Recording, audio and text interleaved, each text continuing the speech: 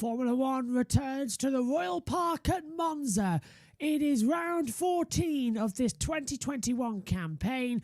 It's the Italian Grand Prix. Max Verstappen lines up on pole position after the F1 sprint yesterday, which was won by Valtteri Bottas. It's very confusing, but stick with us and we'll get through it. It's the last race in a grueling triple header. The Italian Grand Prix at Monza and the Tifosi are out in force.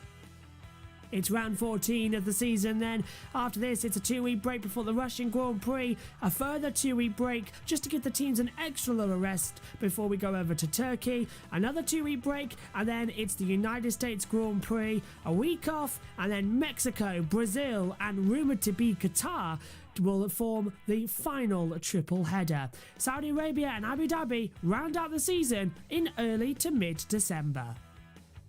In terms of the championship, it now swings the way of Max Verstappen, 224.5 points to Lewis Hamilton on 221.5 points. 3 points, still the gap, but it's swung the other way. Bottas is ahead of Lando Norris there as well. Sergio Perez battling with Charles Leclerc, Carlos Sainz as well. Gasly, Ricciardo and Alonso sort of in a middle field battle to complete the top 10. Further down on the board, Esteban Ocon has 44 points, Sebastian Vettel 35, Yuki Tsunoda and Lance Stroll still on 18, George Russell on 13, Latifi 7, Raikkonen 2, Giovinazzi 1, and no points on the board for Mick Schumacher, Nikita Mazepin or Robert Kubica. In terms of the Constructors' Championship, Mercedes leads the way now, 344 points, 0.5 to Red Bull's 332.5. A 12-point swing in the title. It could mean life or death for this Constructors' Championship battle. Ferrari have taken a big swing now, 11.5 points ahead of McLaren, had a miserable run last time out. Alpine are now still just 6 points ahead of AlphaTauri. Aston Martin are all on their own in 7th place. Williams have taken a big swing to confirm nearly 8th in the championship, depending how the rest of the season goes. Alfa Romeo still only on 3 points, and Haas no points on the board at all for the poor American team. The sprint race has thrown everything in the air. Hamilton starts 4th, Max Verstappen starts on pole position as well, with the two McLarens alongside. Welcome to the Italian Grand Prix. Welcome to the pre-race build-up as well. That is pre-recorded because obviously right now me and Megan are commentating on the MotoGP. It was a very confusing couple of days here at Monza. Everyone agreeing that the sprint race format just does not work. I believe them. First off though, let's just take a look at what happened in the first practice session on Friday. Remember to change formats. It's practice 1 qualifying, practice 2 sprint race, and then going into the main race as well. Let's take a look at what happened in FP1.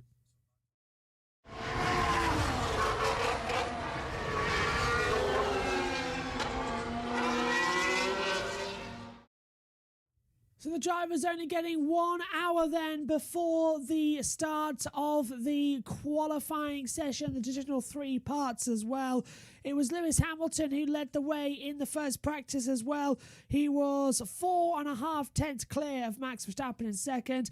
Red Bull very much appreciating that this weekend is a bogey track for them as well, and they've got to be on damage limitation. Bottas is third. He takes an engine penalty though going into the race, starts at the back of the grid. Stroll is 4th, and Gasly goes into P5 as well. Further down as well, it's looking good. Carlos Sainz was LP7 as well. That was because Gasly and Vettel as well were down there as well. Vettel was P6. Great job for Sainz though. P7. He was less than a second away from Hamilton's time as well. 0.988 as well. He was ahead of Alonso, who was P8. Ricciardo, lap time deleted, took 9th as well. Alpine driver as well. Took the 10th spot on the board, clear, followed by Norris as well further down. It was very uneventful first session as well. Everyone just out there getting ready for the qualifying session, so putting in a lot of laps as well and getting ready for the big one. Let's take a look then at what happened in qualifying and, of course, the first practice session times.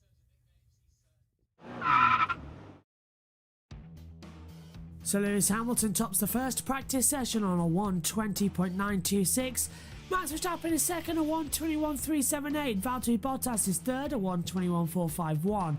Lance Stroll fourth on a 1:21.676. Pierre Gasly P5 on a 1:21.719.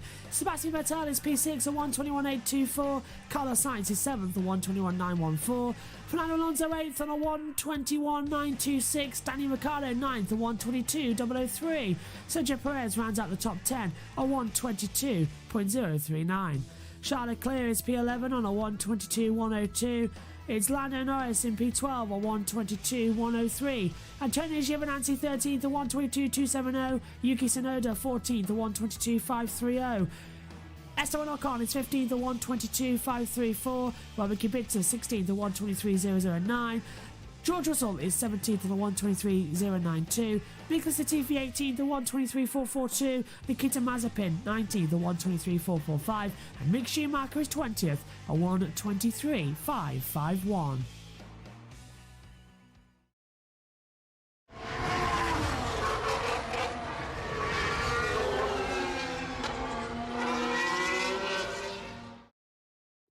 Let's go through qualifying then, as ever, as it happened, starting off with qualifying number one. Ferrari having in Martin their home race as well. Didn't really work out all that well. They were nearly eliminated in that first session as well. Latifi, Tsunoda, Schumacher, Kubica and Mazepin, the drivers who were knocked out of the first qualifying as well. Everybody was sick to death of the slow cars on the racing line as they tried to get the perfect toe for their lap times. Drivers slowing around the Lesmos and blind corners, Dalla Roggia even coming into Ascari as well. Gasly nearly hitting the back of Charles Leclerc as well. It was investigated, but no penalties were given as well. It was a very scruffy first session. Everyone on the radio complaining because the toe is so powerful here at Monza. On to qualifying two, it was both Alpines and Aston Martins dropped out as well. Hamilton the quickest again. However, it was again messy, but this time in the pit lane with the two Red Bulls getting caught up with each other, getting caught up with the Mercedes. Aston Martins and Vettel and Stroll being released into the path of the cars as well. And then Alonso and Ocon going out. It was very much 2 by 2 and causing traffic jams in the pit lane as well, almost resulting in a mechanic being run over as well. So they are changing that one quite quickly. But it was all good so far. It was Vettel, Stroll, Alonso, Ocon and Russell eliminated from the running order, which left the top 10 with Valtteri Bottas topping and taking the Pirelli Speed King award from Hamilton, Verstappen, Norris and Ricciardo top 5. Gasly, Sainz, Leclerc, Perez and Giovinazzi all looking good on the board from qualifying number 3.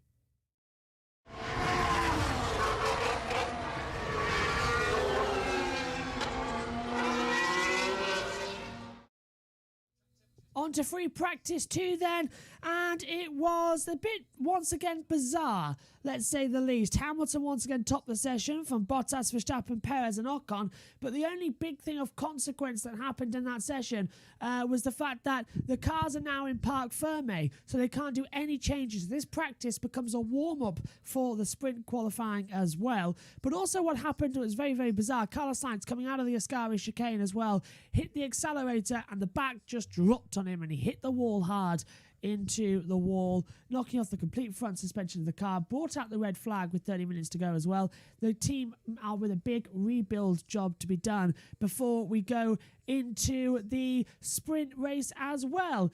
Eventful practice 2, lots of action out there with a lot more times being put on the board as the cars now have got to be learned with the current setup they've got. But honestly, everyone agreeing this sprint race format just is not working. Let's take a look at the times from FP2, and the other side will have full replay of the 18-lap sprint race. So it's Lewis Hamilton topping the practice 2 session on a 1:23.246. Valtteri Bottas is second at 1:23.468. Max Verstappen is third on a 1:23.662. Sergio Perez fourth at 1:23.917. Esteban Ocon P5 at 1:24.263. Robert Kubica is P6 on a 1:24.280. Antonio Giovinazzi is P7 on 1:24.502. Fernando Alonso P8 at 1:24.539. Pierre Gasly P9 on 1:24.654. Lando Norris rounds out the top 10 on 1:24.665. Charles Leclerc is 11th 11th on 124.770. Danny Ricciardo is 12th on a 124.774. Nicholas Latifi is 13th at 124.805. George Russell is 14th at 125.083. Then we get Yuki Tsunoda 15th at 125.422. Nikita Mazepin is 16th at 125.729. Lance Stroll 17th at 125.763. Sebastian Vettel 18th at 125.935. Mick Schumacher 19th at 126.012. And Carlos Sainz goes into 20th on a 126.124.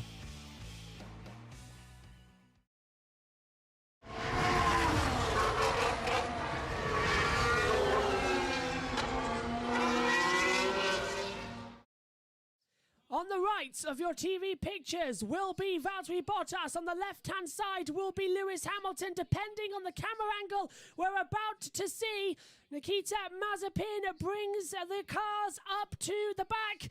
Are you ready for the second time? The cars are all set. The green flags are on. 3 lights are on. It's at Monza where we will see action for the F1 sprint. It's a decent start from Bottas and from Verstappen. Hamilton's having to defend from Lando Norris. Verstappen goes to second. The McLarens have mugged Hamilton. It's lockups. Into the Rettifilio we go. Are they all going to get through cleanly? Well, it looks like they're playing for it. Hamilton's in a mix with the 2 Ferraris. He's level with an Alfa Tauri. Surely that's Pierre Gasly as well. We've got sparks already. It's Gasly's front wing. He flies off into the wall. Into the gravel. Oh, and he's hit and the wall. So does Gasly. This will be a safety car for sure, and it is. Safety car deployment. We've got 2 off. This will be a red flag, and this is what we were fearing might happen. The safety car is out. Russell's dropping down the order. I think he stopped sector 2. Kubica. Definitely Gasly. There's another one off into the gravel. Another one off in the gravel. The car behind. And it's one of their Alfa Romeos. I think it's Giovinazzi. And it's Kubica. It's Kubica. Kubica. So 18 laps to go. Gasly's in the wall. Last year's race winner is out of the sprint. I'm okay. Gasly's okay, but the safety car has been deployed for F1 sprint for the first time. I know, but he's got himself a windshield there. You know. Yeah. Let's take a look. Lewis got mugged. He didn't get a good start at all, did he, Lewis? And he fell back. The McLaren's challenged on the right. Oh, Gasly's and on the left, everywhere. And it's pushed Lewis down to 5th. Russell's continuing, but he is down into 18th place. So Gasly gets his wing chopped by one of the McLarens. It fails on him, and he's a complete passenger round the Curta Grande as he hits into the wall. Now, who chopped off his front wing? It must have been Lando Norris, who was in front of him. A terrible start for Lewis Hamilton. Bottas leads, Verstappen second. Difficult to be sure. Suggest Strat 7.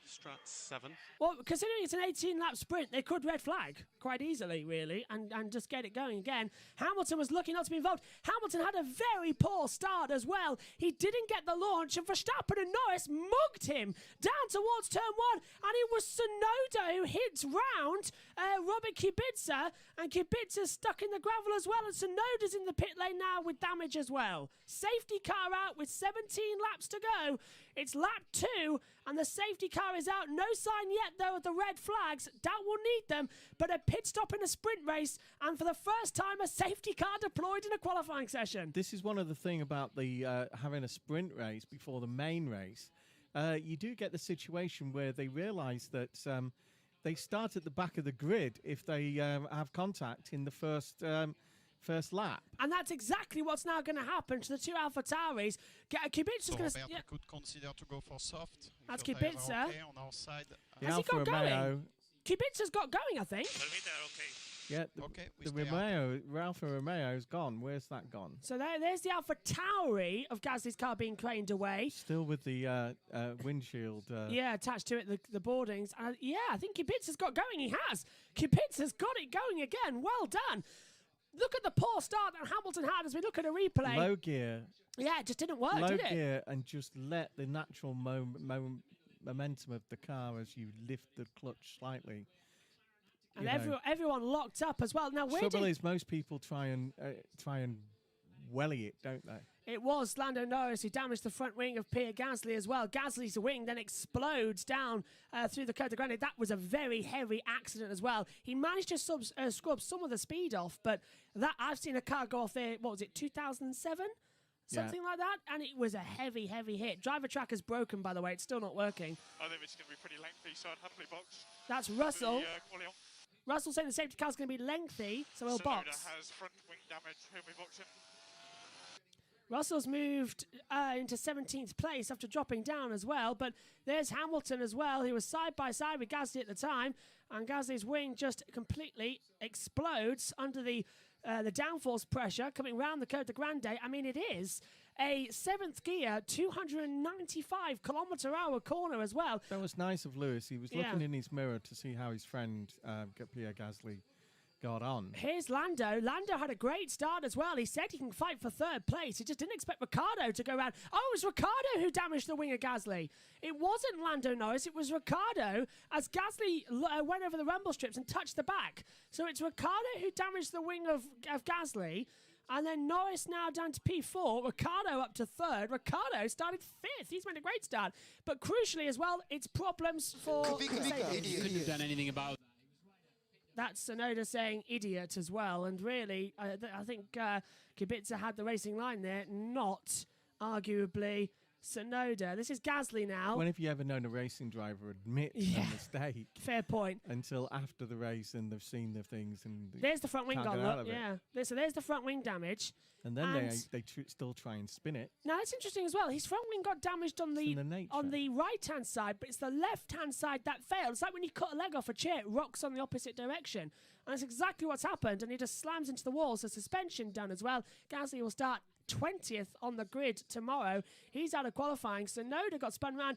The problem with having a sprint race here at Monza, the Rettifilio and the Dalla Roggia chicane are magnets for trouble. They're too tight for 3-ride action as well. But that's what we've happened. And lots of gravel just spewed all over the circuit as usual. This is why it might take a while. Keep the RPM up when you can.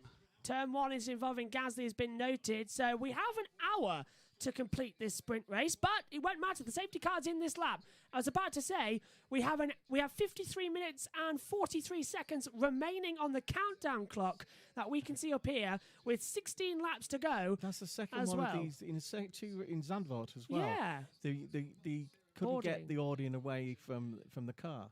Was that Formula 3? Well, we've got to watch this just in case. I know what you mean, the scenario might never happen, but what if that hoarding actually prevents a driver with a car on fire getting out? Yeah. These seem a lot thicker, these hoardings, as if they're made of cardboard rather than the old canvas. The canvas, which would just be able to be punctured immediately. Maybe they should go back to looking at that. Okay, we're coming to a restart then. The safety car is coming in. We're going back to green. Valtteri Bottas is back in the pack up, and he's gone. Has he coming into the Alboreto Parabolica? And away we go. Now the field being very much 2 by 2, spread out. Green flags are out. The sprint is back underway. Good restart, actually. But now it's a long drag down towards the Rettifilio. Cold tyres, cold brakes as well. Who's going to have the advantage into the braking zone? No one slipstreaming so far. Hamilton thinking about a move. Meantime, further back, the two Haas cars go side by side as well. On the inside, Schumacher looking to go through a Mazepin, backs out of it. Meantime, Vettel holds off Fernando Alonso as well over P11 on the starting grid. Sonoda arguably fastest that because he's on fresher tyres right at the back of the grid. But a clean restart from everybody so far.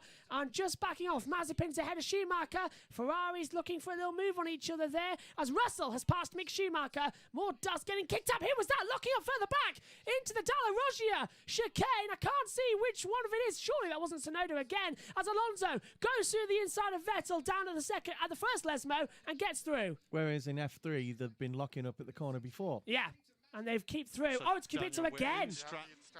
We're happy in Strat 7. Overtake is available. You'll need to use overtake. So overtake is available. Daniel, use the overtake to turn 1. And use the overtake look at the Alpines. Alpines really on an attack mode now as well. Excuse me, that's what's coming back. Alonso going through as well, getting ahead of Vettel as well. But look at Esteban Ocon coming back through as well. And Kubica has dropped to the back once again. And no investigation necessary for Gasly's incident at turn 1 because he ran into the back of Ricciardo himself. There's nothing Ricciardo could have done about it. Bottas, a 123.642, fastest lap, but he's being hunted down. Race control. Sonoda, no investigation necessary for hitting off Robin Kubica twice. Now we've got Sergio Perez trying to go around the outside of Lance Stroll into the Rettifilio. Hasn't worked out. Vettel has got back ahead of Ocon. Ocon was going through, but in the braking zone, Vettel braked very, very late and got back ahead. Ricardo, first sector, was purple that last lap. And going well as well. I can't see what it was because it's disappeared off the timing monitors. As that is Perez looking at the inside of Stroll, wants to get into the inside of the Dalla Loggia. Hasn't worked out. He'll have to plan his manoeuvres. No DRS just yet, remember, because of the safety car. That'll be enabled next time around. For them to use down the exit of the second Lesmo towards Ascari, and at the exit of the Parabolica down the start-finish straight towards the Rettifilio. Biggest loser on the start, definitely, looking at it, Hamilton down 3 places. Yeah, early days though, and he's still got, 13 laps to go to sort something out. I think he might end up second or third at this rate, but you never know what's going to happen with the Bottas. What's he going to do as these laps start ticking away? Lap 6 is he already. going to, towards the lap 12, 13, is he going to start backing down and slowing them down a little bit like Alonso did in the first sprint? Have to have a look. This is driver's eye on board with George Russell. He's got the toe on Nikita Mazepin as well as we come down the start-finish straight. What a brilliant look and an overtake there from George Russell. Diving up the inside. Has he got the move done? Mazepin staying around the outside, but no, George has got the move done into the Rettifilio. Lovely to see the driver's eye overtake there as well. That was actually quite nice. And a different view. I don't think we've seen that since David Coulthard's day back in 2008 in his last race at the start. No, I tell a lie. Paul di Resta had it on in Monaco one year, 2012, I think. Yeah, it gives like a gaming view of what's going on. When you're playing these games, you've got the driver's view from the driver's eyes, haven't you? Yes, and you can set it the different terms of vision as well. It's still different. This is more like what you would see inside the cockpit as well of a Formula One car. As Hamilton has now the DRS, he's challenging on the back of Lando Norris. Bottas has got a 1.7 second advantage. Remember, Bottas will not start on pole position if he takes it today. Coming up nicely. The front right is still on the low side, so just watch out for a pinch. Bottas has... We're racing here, so just bring these tyres in gently. Bottas has a 30-place grid penalty, which means that where we're racing here at Monza, he'll be back at Spa, completing the Belgian Grand Prix tomorrow. But yeah, he's got that disadvantage as Hamilton's in the slipstream now. He's got the DRS. That's Leclerc dropping down to 19th place, and it is Leclerc dropping down to 19th place on every single one of my timing monitors right now. Why? I can't tell you. It's a lap behind. Is it a transponder issue? I don't know. Well, is that... If we had a driver tracker, we'd be able to tell you. Unfortunately, we don't at the moment. Let's take a look and see if he's on. If he's actually there somewhere. On this driver tracker we got, Leclerc is ahead of Sainz, so he hasn't dropped off the track. Leclerc is still circulating. It's a transponder. Yeah, so that's a problem because every screen up in the commentary box is showing him down in position. Suggest third gear in turn 5 for energy if possible. He's moved back up into 6th now. Bottas back to in the purple sector in sector 1.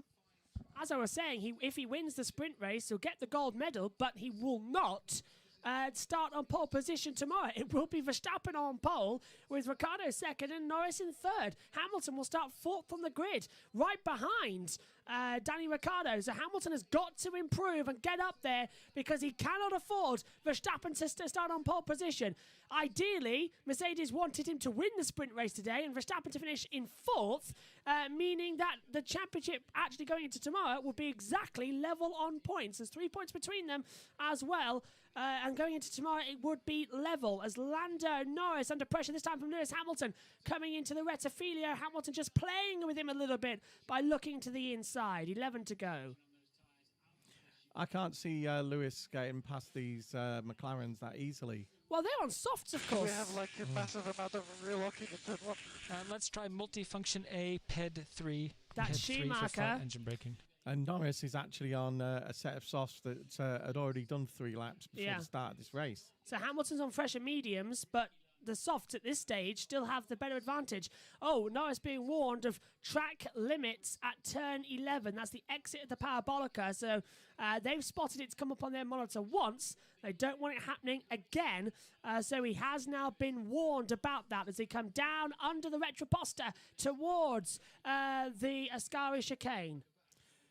Yeah, a lot of people were warned in the minor classes about going off, and it's something they all know about. And but sometimes the momentum, you just misjudge it just slightly, and you know you only got to get a little bit over. We're starting to get, with 10 laps to go, we're starting to get into that period of what happened at Silverstone in the sprint race in terms of the fact there's no overtaking. They reckon that in the MotoGP last time out, that the lad went over in a MotoGP or Moto2. Yeah. He was actually just 1 millimetre over the line. Yes, I saw and that, he got demoted to place. What's happening with Giovinazzi? He's got some sort of green band on his helmet as well. As we come through, and now Perez trying to go around the outside of Stroll into the Rettifilio. They lock up as well. Perez has to take over the rumble strips. He'll have to get the place back if he's got ahead of Stroll. I think he has. Yep, Stroll's going to have to repass him. Perez gained a position unlawfully, and now he's trying to go around the outside. Perez is defending him. Read your rule book there, Checo. You're going to have to let him back through, or you will get the penalties. They come into the braking zone, into the Della Rossia, and Stroll was fully committed, and off goes Perez. Kicks up some gravel trap as well, but Perez going to have to get that place back. He cut the corner to get it. Or does he say that he's forced off? Yeah, he wasn't alongside when it happened. Did you get anything for fastest lap in this sprint? No. Very good job of managing just top three. Latifi currently will not have DRS. He's 1 second behind. Let's see if we can push up to Vettel. Let's hear from Perez. Next lap. Give the place back. We'll get him next lap, and he's done so. But Alonso's right there, ready to capitalise. So Perez now releases Stroll into Ascari, leaves himself vulnerable to Alonso, who's caught up. Do you think Lance Stroll fancies himself as James Bond? I think so, yeah. Look at that. A sweet little flick at the rear of the car to force Checo off the track. Definitely a James Bond manoeuvre, wasn't it? Yeah. Oh, and that was lucky. The front wing didn't get collected on the gravel there. The cars were launched up in the air for Perez. And the front wing nearly digged in as well. Here we go again then. Alonso's joined the battle for 9th place as well as we head down towards the Rettifilio. Perez dives to the outside, manoeuvres as well. Stroll tries the late breaker on the inside line. It goes again. They're going to make contact. This time Checo has got the manoeuvres. He's got the move done. And now here comes Fernando Alonso at the exit as well. Was that a camera that fell then? Something looked like it fell on the track. Oh, no yellows on the monitors, but something hit the top of Alonso's car. We've heard that before. That's not it again. Here we come into the braking zone for the Della Rossia. Alonso trying around the outside. Can't do it. So this time, Perez is keeping on the track. But there's a load of gravel now at the exit, Della Rossia. We've had bits of the trees fall on the cars in recent years. I think it was that. It must have been that then, because something fell off the track. And then the next shot we saw was Alonso's camera being wobbled. And he didn't hit a bump or anything. It was at the exit of the Rettifilio, so definitely it must have been a tree branch. We've seen that before. However, Verstappen now has the fastest lap, so he's pushing towards Bottas. It's a 1:23.502 for Max Verstappen. No bonus points for fastest lap though in the sprint race, just points for the top three. But it Bottas does mean will that he's win catching him. However, Bottas can still win the sprint race and collect those 3 points. He just won't start on pole for the race tomorrow. It's like when Michael Schumacher got pole in Monaco. Yeah, because Lewis gets past the 2 McLarens, he won't even pick up one. More rear support in high speeds. We have straight 6. That's Sonoda reporting high problems down the high speeds as well. 8 laps to go here for the sprint race as well as we head down towards the Rettifilio once again. Alonso now on the back of Stroll for top 10. Here comes Lewis Hamilton once again on board in the Mercedes. He's challenging down Lando Norris. McLaren actually look decent here. This is pure race pace as well. They have got to go full out. If anyone's holding back, you'll just drop down the grid. So it's all out racing for qualifying positions. The speed advantage that Mercedes thought they had is only with Bottas at the moment. Lewis just with his aging engine just can't seem to get anything going. And we know, of course, as well that the McLarens are on soft tyres that will degrade towards the end. Hamilton starting on new mediums, but also the Mercedes car historically in the hybrid era has been absolutely rubbish when it's trying to overtake traffic in front of it. The aero does not work. They're designed to be out front. An oversight maybe for Mercedes because they have not got the fastest car this year. That's always been proved to be Red Bull. They've just got very talented drivers in Hamilton and Bottas that can keep up with Verstappen, who himself is talented. Up to now, it is a great race strategy from McLaren. Seidel said before the game, that he was going to try and do this. The fact that they managed it, I think they were a bit surprised that they managed to split Hamilton up. Yeah, well, it was Hamilton's poor start, wasn't it? Hamilton having the terrible start really cost him. They didn't expect it. Verstappen taking second seems to be lumbered in as well. Race control. Noted. Oh, no, that's turn 1 and Perez and Stroll noted. I didn't see anything else pop up, so I don't know what the correction's for. No. Either way. I think it was noted before, and now it's... Yes. Schumacher has dropped down to 19th place. Kubica's passed him, so Kubica in the Alfa Romeo, who got spun around at the start, is starting to climb up the positions. But with 7 to go, it's not going to be long until the end of this one. As they come down the back straightaway towards Pavolka. 2/3 into this race. It's been all right, actually. It's been an all right race. However, we're 20 minutes in, and we've only got 6 laps to go. And we've had a safety car. This race could have lasted 15 minutes. Genuinely, I think it could have lasted 15 minutes. That safety car was up for 5. It's not exactly doing what they wanted it to do. No, maybe it could be longer. There's not enough movement. Mistakes by the front guy, like Hamilton. From Hamilton behind, has anybody made up any really big places? Nobody. No, they've all dropped positions, I think. And Sainz is struggling turn 8, so Ascari. Oh, don't struggle at Ascari again, Sainz. That's what happened this morning in practice. Yeah, and... just trying to hold it through. No, this has happened again then. It's what happened at Silverstone. It's too short of a race for everyone to push, and with one set of tyres, it doesn't create anything. It's the first half of the race, effectively. Yeah, Lewis has got to start pressuring Lando. Yeah. However, Lando's driving really well, and he's just blocking every time he comes anywhere. You know, he's never been in close enough to overtake Lando for the last 3 or 4 laps. And Lando's positioning his car to make sure that he doesn't have any opportunity. And Ricciardo's just pulling away slightly from both of them. Hamilton's lost 7 places from where he started, according to this monitor as well. But it's just that can't be possible because he started what, 2nd on the grid, and he's only 5th. So that timing monitor's playing up a little bit. Yeah, 200ths between Ricciardo and Norris on that last lap. Going well as we come into the speed trap. Oh, I like that. Do you remember that from the first time? I do like. It's a better graphic to show you exactly what's happening in front of you. Because look, there's the exit speed for Hamilton, and in front you've got Lando Norris in kilometres an hour. So you can see how much faster that McLaren actually is compared to Lewis. But now look, in the flat-out section with Lewis with the toe through Curta Grande, he was able to get about 5 or 6 kilometres on him as well. So it's working well. Yeah, but the toe doesn't do anything anything in a sprint qualifying. No, the toe works in the normal qualifying route, as we saw yesterday, with everyone having back up. Hamilton with a big slide. The second Lesmo, and that ended his 2009 race. So that was almost Hamilton starting at the back of the grid. Too much speed, trying to catch Lando, obviously. That would have woke him up. Lewis would have probably been in the zone, and that would have woke him up, and he will now take more care. Come on, Lewis. Lewis has just seemed to be... He's quite happy now, doesn't he? To just ride this out and start 4th tomorrow. Let's have a look then. Let's have a look at the group chat then as well. Beth saying on the 11th of September 1969, the Mercedes-Benz C111, a concept it had its world debut revealed at the IAA in Frankfurt, a seminal design with more lasting influence than you'd think as well. Absolutely, it would. Toto is a human version of the Gothic line as well, absolutely.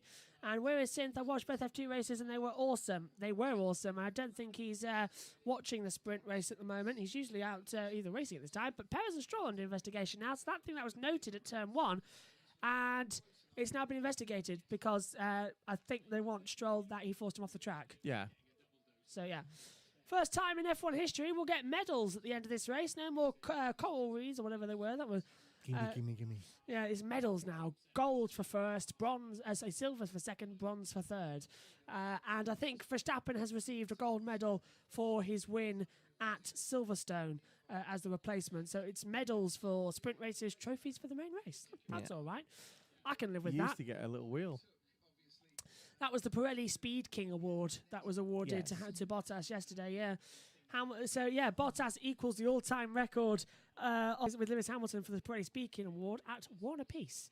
Who will get that trophy as well coming into the Brazilian Grand Prix?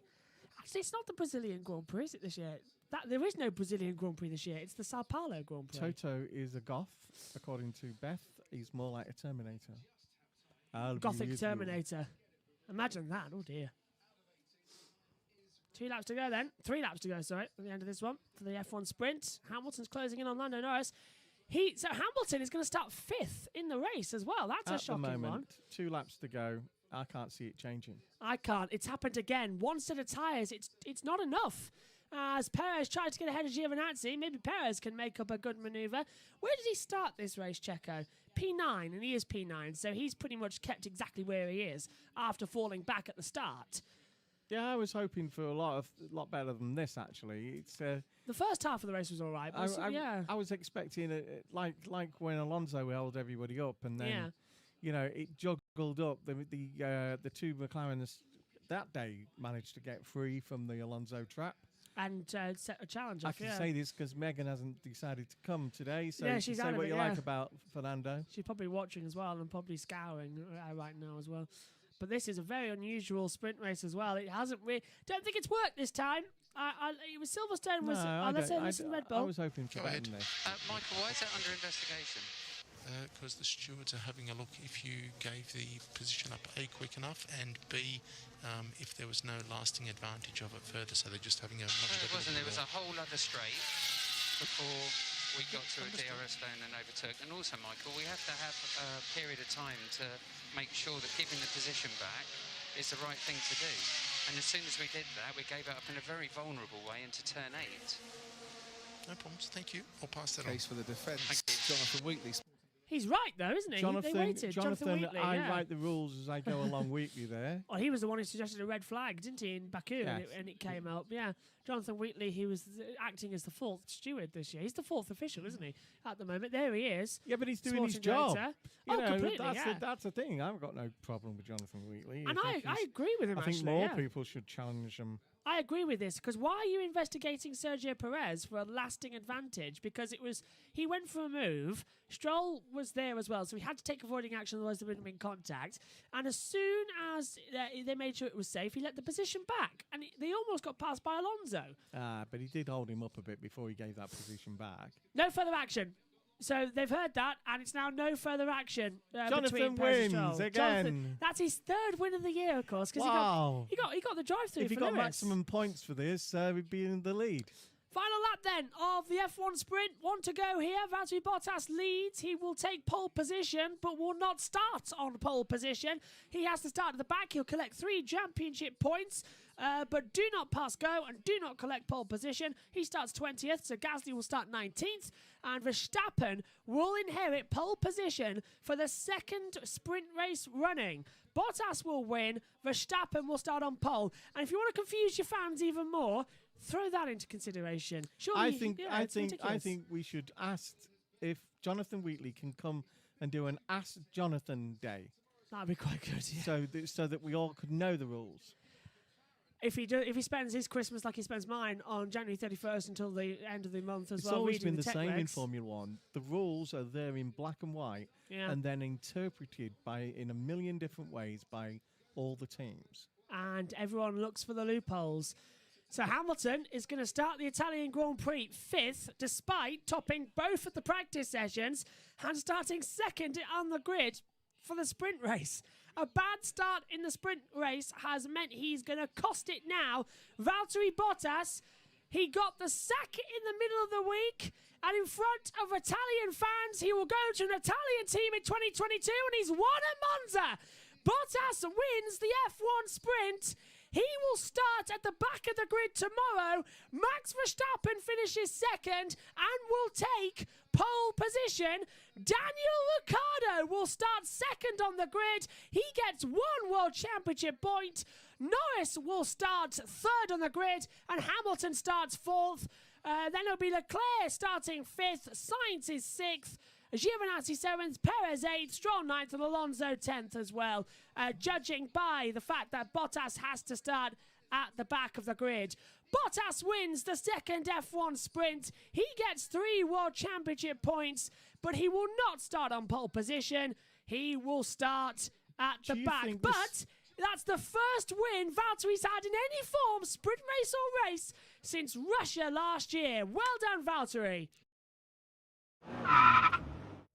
Okay, it's time to come up to the commentary box. Ian Birch about to join me for the Italian Grand Prix with Verstappen on pole and Ricciardo alongside him. Ricciardo saying that this is the best chance McLaren has for a race win. They need to leapfrog Verstappen down to turn 1 as well. That is entirely possible. Before we go over, let's take a look around Monza as well with lap attack. And then on the other side, it's the 2021 Italian Grand Prix watch-along. Let's take a look around Monza, a 3.599 mile circuit, 11 corners. Been on the calendar now ever since the beginning, only missed 1 race, and it's celebrating its 100th year.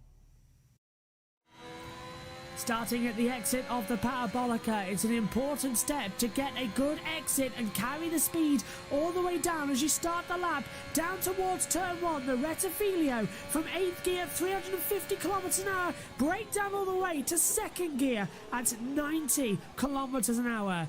Tight exit as well as you approach the Cur de Grande as well.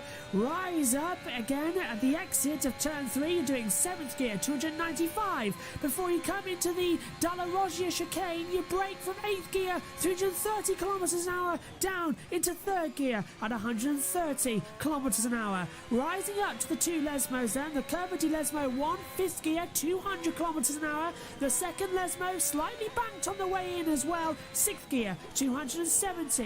Rising now down the straight with the DRS open as well. You reach maximum once again all the way 8th gear, 305 kilometers an hour as you approach the braking zone once again into the Ascari chicane, down into 5th gear, 240 at the exit. Down the back straightaway now towards the Parabolica. You have no DRS, you're relying completely on ERS as you come down. Once again, 8th gear, 340 miles an hour, down, brake, 6th gear, 270 kilometers. Ride the exit as well of the Parabolica. Don't go over the white line or your lap time will be deleted. And that is a blast around the Temple of Speed.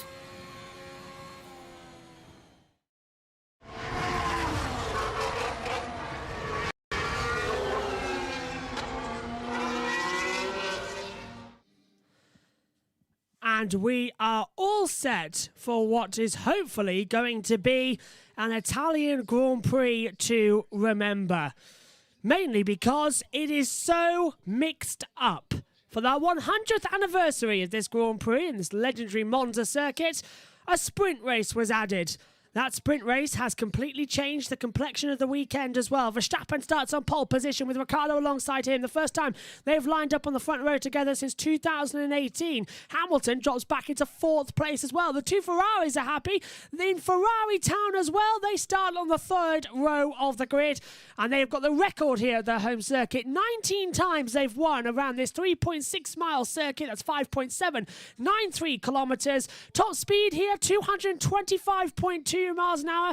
Your average speed 159.8. Minimal elevation change, just 12.8 meters as well.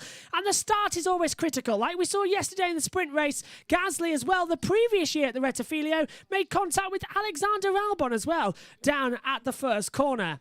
Dropping round the Cur de Grande can also be treacherous because Alonso and Vettel, not once but twice, went side by side. Last year, in 2011, it was Vettel off the track. In 2012, it was Alonso. And down at the Valentini Ascari chicane as well. After the red flag on the restart, Stroll proved it was possible, moving around the outside on Carlos Sainz. Sainz went on to finish second in that race. 3 tyre compounds displayed beautifully on the Monza banking there.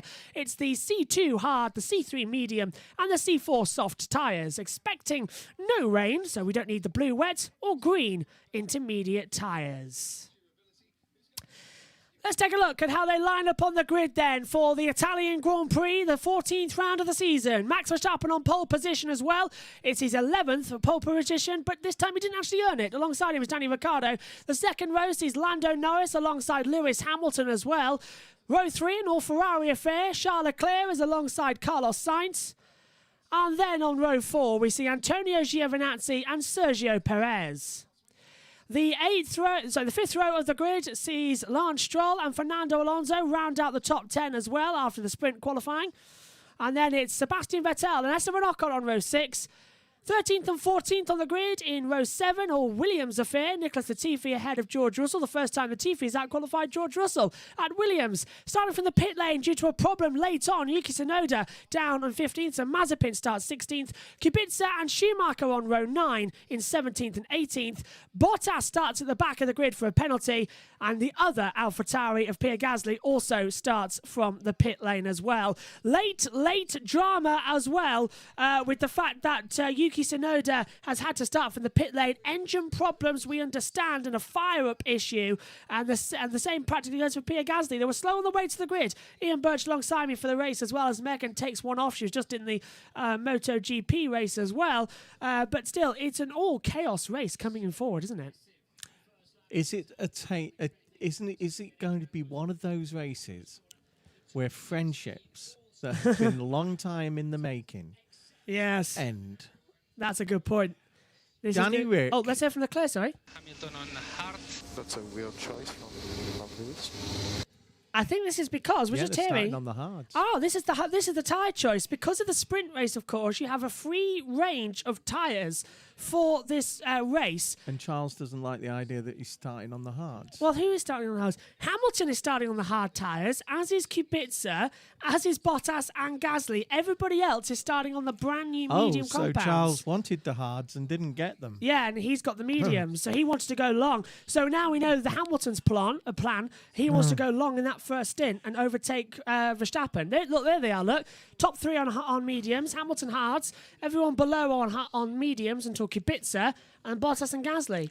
This is possibly one of Danny Rick's best chances of actually winning a race. Oh, yes, that's definite. Since he left Red Bull. Yes. And so, right, he's also one of Max's best friends. But I assure you, even if you're brothers, as soon as you go over that line, it's a totally different story. Away we go for the formation lap, though. They've all done their little things before the things, as the people who watched on Sky, even here or in Australia or Canada, have been watching, or United States, like the fist bumps for Lando Norris, and the music and singing to himself by Ricciardo. Everybody has their different things. In football, we had players that wanted to be the last one out. Right, and including an England captain who insisted on being the last out, despite the fact that he's supposed to carry the ball as and the pennant. They're all very much. They're all superstitious, aren't they? And things Damon like Hill that. used to get in on the left-hand side. Left-hand side, right. he would never get in the right-hand side of the car. The only time he ever did, he crashed. Yeah, so it's like that as well. Yeah, so that's why he didn't do it ever. But I'm expecting. Danny and Max to be at each other by corner 2. Let's go to the chat. Adam saying, good afternoon, Josh. Enjoy the F1 race and can't wait to join you for the coverage of the IndyCar race this evening. Can't wait either. That IndyCar race is going to be fantastic. Doing the Blues says, looking for Ricciardo to take the inside line. Absolutely. Beth is also here as well, saying, if anybody has any questions about that hit TV show Muppet Babies original cartoon series, please don't hesitate to ask me as well. And Adam saying he watched that as a kid in America as well. Beth saying that I'm auditioning for a local ABC TV quiz show and Muppet Babies are my specialist subject. Oh, good luck to that. What TV show as well? Mastermind Oz, I think, as well. Oh, good luck. We've got Mastermind over here, of course, but good luck over there in Australia. Wow. The only thing you can say to that is, Miss Piggy. Okay, yes. Now we think. Okay, Mr. Josh. Now we think because this is the only session that's actually the right way round, the driver tracker might play ball today and might actually work with us. Yeah, we're hoping so because that's a really big lifeline, tool for us, Thors. And you've got to mention why the McLaren lads were up late last night. Oh, the fantastic victory in the tennis final. Yeah, Emma won. She's a right motorsport. There is a picture going round the Formula One grid of her on a dirt bike. Yes. When she's about 8 years old. They're coming up to the start line then. There have been 70 Formula One races here at Monza. And during that time, 38 different drivers have won here. Max Verstappen has had only retirements here. He's looking to get his first win at Monza to go with his win earlier in the season at Emilia-Romagna. Verstappen leads the title by just 3 points to Lewis Hamilton. But the sprint race yesterday meant that Verstappen has a 5-point advantage in the championship. He starts first, Hamilton starts fourth. The two McLarens alongside could really play a key today. The revs are up, the lights are on, all 5 lights are now on. Action at Monza, and it is a great start from Danny Ricciardo. He's going to lead into turn 1. Verstappen had a bad start. Lando's looking left and right. Hamilton's alongside Lando. Verstappen's alongside Ricciardo, and McLaren leads into turn 1. Verstappen goes down the order. Hamilton takes third as Norris backs out. Miracle, they've all got it through okay. Down through the Curve Grande we go. Giovinazzi battling with a very slow Charles Leclerc. He's backing them up as Hamilton is side by side at the outside into the Ascari. Oh, and then off the track goes Hamilton. Hamilton's off for the Dall'Orossia chicane. Lando goes back through, big crash. Then, oh no, nobody sideswipe him, please. That's Robert Kubica, I think. No, Antonio Giovinazzi, who's gone round in the middle of the track at the exit of the Dall'Orossia chicane. He was tapped by Yuki Tsunoda. No, it can't be Tsunoda. Who tapped him? Virtual safety car. Virtual safety car for the first time this season has been launched as a result of that. But Verstappen and Hamilton coming to blows at Dall'Orossia. We knew it was going to happen. It was such a treacherous manoeuvre to do so. So we'll have to see a replay of that. I feel that the incident Ferrari maybe involving Lewis and Max was just a racing incident. Running together. There's nowhere where either of them could go. You know, Lewis backs out over the thing. Yeah, and Giovinazzi goes off the track as well. Where does he get collected Lewis, by? He pushed me wide. Oh, so how did Gio get collected? Let's have a look. Oh, it's the Ferrari of Carlos Sainz. Sainz hit the back of Giovinazzi, and just spun him round as well. Gio was trying to go on the outside of Leclerc. It didn't work. We're back to green flag running, by the way, here at the Italian Grand Prix. The virtual safety car has ended. Oh, and that was just so unlucky for them. Let's have a listen. Giovinazzi have been a kamikaze. So everything is fine and K2 off. That was Leclerc just being told as well. As we're back to racing conditions, Ricciardo leads from Verstappen by 1.3 seconds. Lando Norris is third, Hamilton fourth as well. A very dramatic start then to the Italian Grand Prix as a wing change now for Giovinazzi after qualifying P7, starting P7 in the race as well. It's so disappointing. He's dropped down the order here at the moment as well. And let's go to the chat. Oh, the driver tracker is actually not working, so that's even worse. So well done, FOM. You've been geniuses this weekend. Abysmal coverage. Schumacher's up to 16th. He's passed Mazepin as well. Let's go to the chat then. As it sees, who's that? If you rename it driver cracker, I'm sure it would work far better. I hope it does. And what says Beth and Josh saying virtual safety car. We're back though in green flag running. So we've only got this in the chat at the moment. That's great. I don't think there was any damage to Lewis's car, and I don't think there'll be anything. It's first lap incident, wasn't it? It's just a minor thing. The case of Leclerc and being told that Giovinazzi was being kamikaze. Well, I don't think that's true either. Gio was doing the same thing as Lewis. Gio wasn't doing anything wrong. Valtteri's on the back of Robert Kubica without the DRS down towards turn 1. Now he activates that DRS. That Mercedes is not as fast in the straight line as it is to the Alfa Romeo. Into the braking zone for the Rettifilo. Kubica relents the place, and Bottas goes back to 14th as well. So that they've changed back over now. Yeah. Not bad positioning there. Ricciardo leads, but he's been caught now. The gap less than a second between him and Verstappen, so they're getting closer as well. Norris is 2.2 seconds behind. Right. Replay the start. 6 places after 3 or 4 laps. That's good for Valtteri. Yeah, might get points to actually. Here's a replay of the start then. Verstappen had a terrible start. He blocked Lando Norris quite hard there. I wouldn't be surprised if Verstappen might get a little warning for that, because he almost forced Lando into a crash. The way Lando went for the move and Verstappen violently moved the car to defend. So I wonder if the stewards might say, no, Max, that's not right manoeuvres. Charles Leclerc was very slow coming out of the Rettifilo. He was slow around Code de Grande.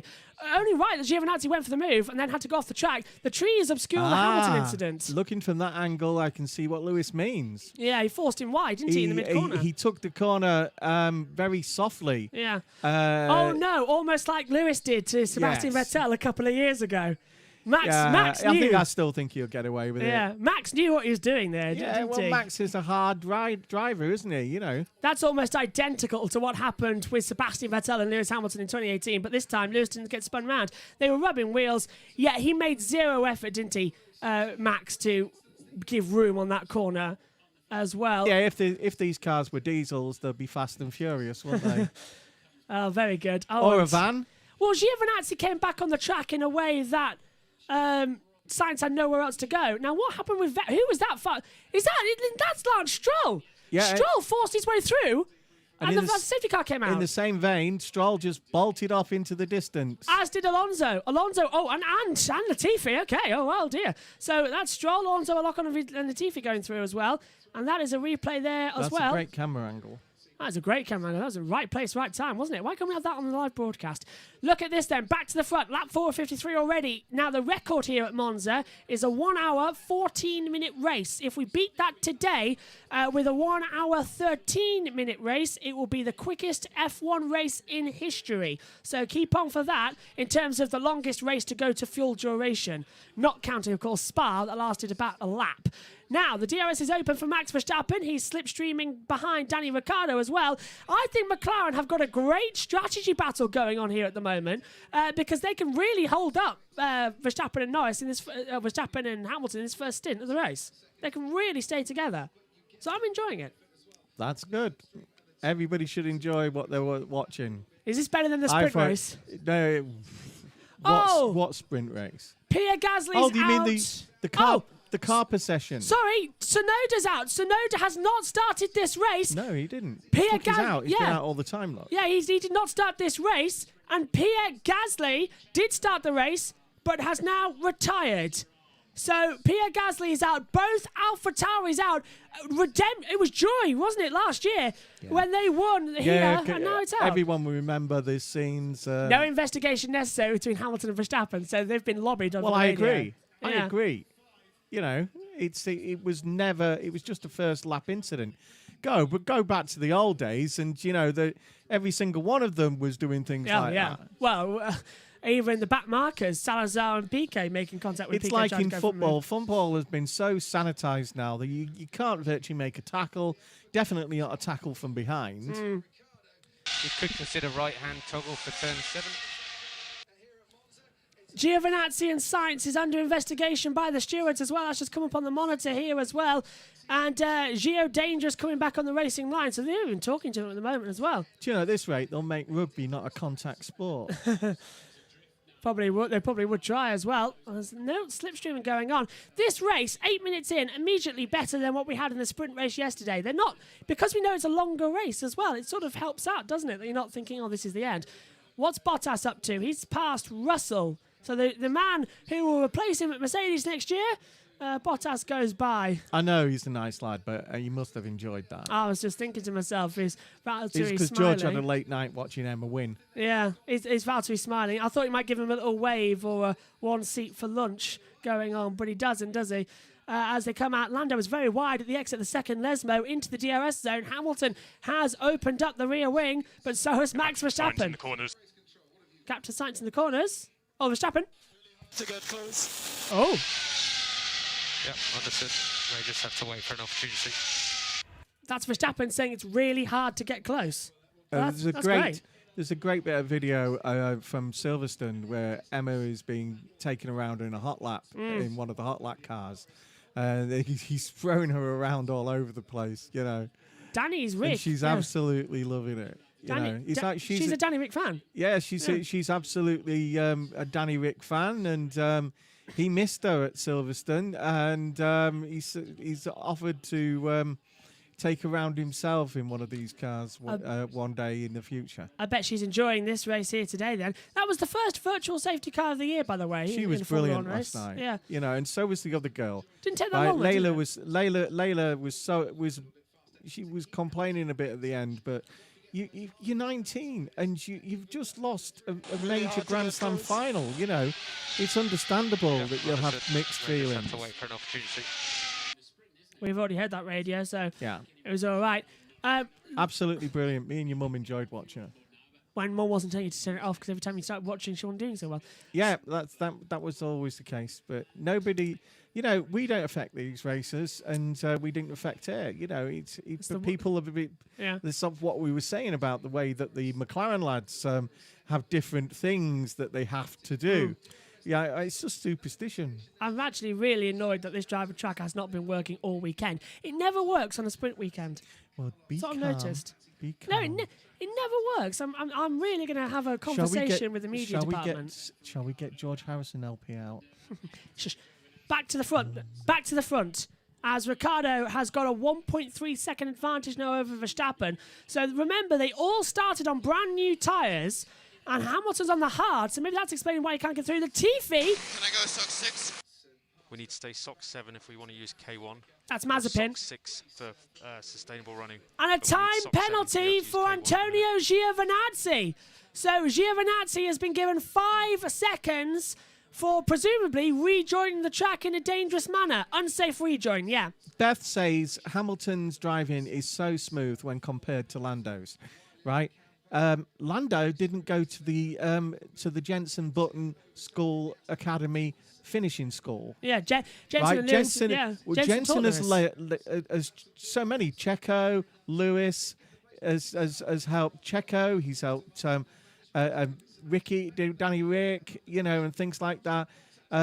Watch their styles. Their styles are so similar to Lewis's. You know, they aren't. They only move that wheel when they have to. Yeah. No over driving, smooth, thoughtful driving. Yeah, it's understeering, but I'm just lacking a lot of rear grip. It's just the tires are sticking. Let's have increased management is struggling when it gets close. We're That's getting Lando good gaps now. to the rest of the field. Keep this up. So we were hearing radio from Stroll, then radio from Lando Norris, and now Lando being told that Hamilton's struggling. Stroll says he's struggling, and Vettel's got wing damage. Vettel's got a wing damage on the left. It's actually on the left as we look at it. Yeah, on the right for him. Yeah, for him. It's just the end plate has been knocked loose. Race control. And side by side, Sergio Perez trying to go on the outside. Now the inside of the Retafilio and Carlos Sainz, he does it. Sainz gets the cut back, tries to swing it around the outside. Oh, it's a Red Bull and a Ferrari in the Curve de Grande. It's 10 years ago all over again as Perez gives it full beans down towards the Dallavoscia chicane. Sainz has the inside line to the braking zone, and Perez brilliantly gets the manoeuvre. Hamilton is struggling when it gets close. And we're getting good gaps to the rest of the field. And Keep this up. Sainz trying to get back round the outside, coming into the Lesmo. It hasn't worked out that way. Perez up to 6. Great job there from Checo. I wonder if they were watching Mark and Pecco in the MotoGP beforehand. That's similar. This is an afternoon for this sort of action. That was so similar as well between the two. Marquez versus Bagnaia was fantastic. Don't tell me the answer just because I actually watched it on your TV. Oh, did you? In the old commentary box. Oh, so you've seen the whole race? No, I've just seen the last 5 laps. Okay, that's fine then. Coming back through on the inside. You insist on me having a shave and things like that, yet you never do. I don't insist on that. Really? No. Because I've had a wash and all, and I had a wash last week. Oh, dear. No, I tell you what. Look, if anybody can see me after the commentary box here of how hot and sweaty I get at the end, it doesn't matter. I can smell him from here. Oh. I'm wearing Ted Baker. It's just very warm in the I commentary don't know box. who he is, but... Lap 10 of 53. You're only saying that so you get some free Ted Baker in the post. Oh, can't say that, actually. Reminder. Other products are available. Other products are available, but not as good as Ted Baker. No. All right, they're all good. Thank you. Even that Ted Baker stuff that you buy in the market. Seriously, stop. Ricciardo then leads this race at the moment. He's got a 7/10 advantage. No, 9. No, it is 7/10 over Verstappen as well. Yeah, I must stress, actually, other products are available. Ever since the new YouTube laws came in, other products are available. Other products are available. Really annoying when we have to do that. Other products are available. Now, as we come through as well, Ricciardo has now crossed the line, start lap 11. He's got an 8/10 advantage. So Verstappen struggling to gain up on him as well. We heard him over the radio himself. He's struggling to get up there. Beth in the chat as well. Actually, I'm going to stop that a sec because Hamilton's closing up on Lando. And Ricciardo's getting closed in by Verstappen as well as we come down towards the Rettifilio. No one's going to make a manoeuvre. Hamilton might, if he can get into the braking zone. Don't think he is. Let's listen for Hamilton. And as we've seen, some higher dig on a couple of the medium runners. Just need to make sure we can make our target. So that's Hamilton starting on the right tyre. And it seems to be working out if the deg's already there on the mediums. That's working. Is Beth still in lockdown? Because she seems to have an awful lot of time on her hands. If she's written 3 short stories. And Bottas passes Ocon. Bottas goes to 11th, passes Ocon. Right, back to Beth in the chat as well. She's put a new comment in saying, yeah, Max looks on it today, says Beth as well. Hamilton's driving so smoothly compared to Lando. Bottas has a good start, he has. And the crowd absolutely goes bananas. Yeah, well, when don't the Tifosi? So I've written 3 short stories all centred around a group of small furry animals who live in the woods surrounding F1 tracks here called bunkings. And as most of the tracks are in... Guys, my dash is not showing me It's showing me something very strong. It's like number 1, number 2, number 3 instead of the stock bar. That's Carlos Sainz. Yeah, we do see that, and we are checking, and come back to you. Right. So I cannot control my sock level. Oh. Understood. That's and the sock number is on the bottom left to help you. Yeah, but I need the bar. That's really... Working on it. That's really bad then if Carlos Sainz can't control his energy recovery system. That battery is going to be draining. Meantime, Hamilton is gaining on Lando Norris. Pulls to the outside down towards the Rettifilio. Lando squeezes in but still gives the champ room. He gets the corner as well. Hamilton struggling out there on those hard tyres as well. But he can't get alongside. Mediums to hards, yes. Now we get the run through the Curta Grande as well. Lando's left in the door open. Hamilton sends it up the inside. Lando tries to shut the door. Coming into the Della Roger chicane once again. Lando closes the door. Lando barely moved, but we knew what was going to happen. That's great driving from Lando. The Crown Prince and the Young Pretender battling it out. Lewis is enjoying this, I know he is. Yeah. In reply to Beth, if they live around the Formula 1 tracks and they're called bunkings, they're obviously country bunkings. Right. I would agree. Hamilton has the DRS as he comes down towards Ascari. Only Stroll put off from moving to Ascari, although there was something in the Formula 1 sprint race yesterday. By the way, my taxi radio was better than that one that what was all that about? Was using. What Ferrari done? Gone down to the market and bought some off Dell. Yeah, not very good radios there at the moment, is it, for Ferrari? No, other radios are available. Even Mercedes have... Lando Norris radio. Limits, turn 11. And he was close. Oh, and that was Lando being told last lap, track limits, turn 11. Last lap, track limits, turn 11. That's the parabolica. So he was told about the parabolica. Look, he's saving energy once again. Hamilton's going to try and come alongside him, but I think, Lando just little manoeuvre couldn't make a move into the Rettifilio. When that radio was on, I was expecting the next bit to go, last call for Piazza Square. It just sounds very London, Is there any car doesn't it? near Piazza Square?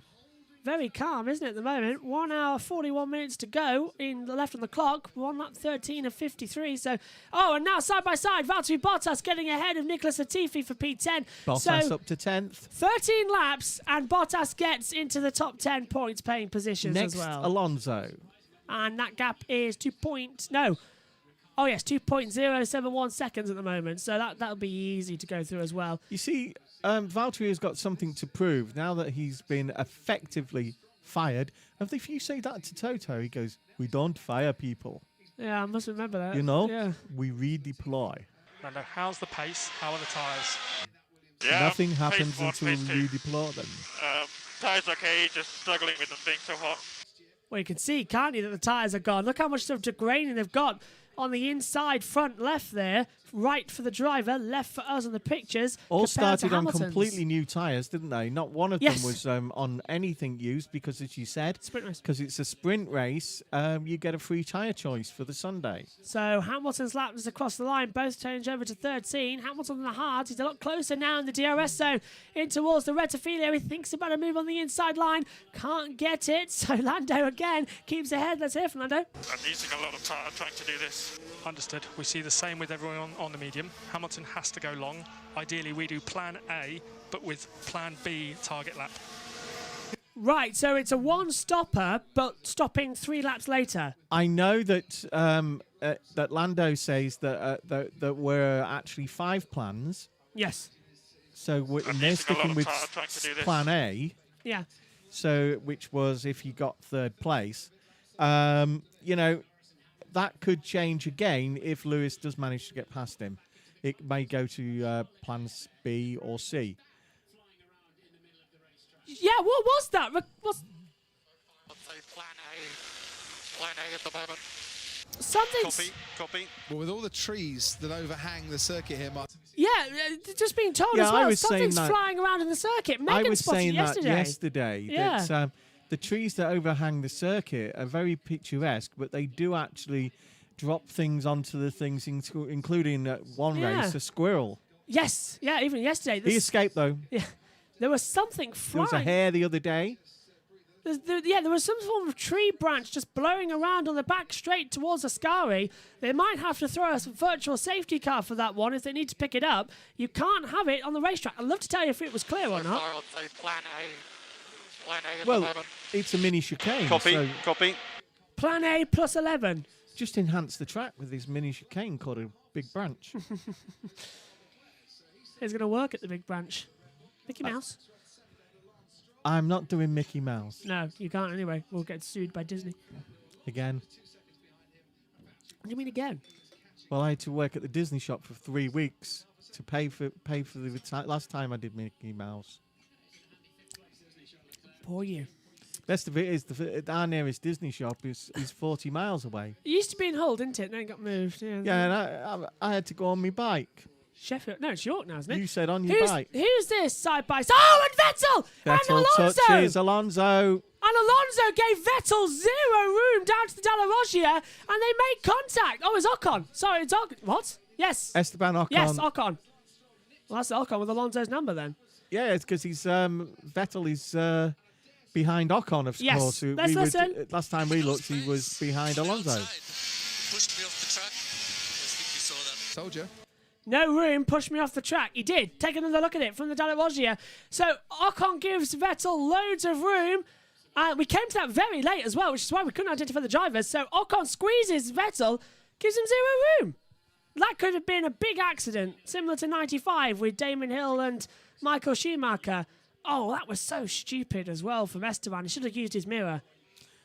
I think he did, and I think it was on purpose. Don't you?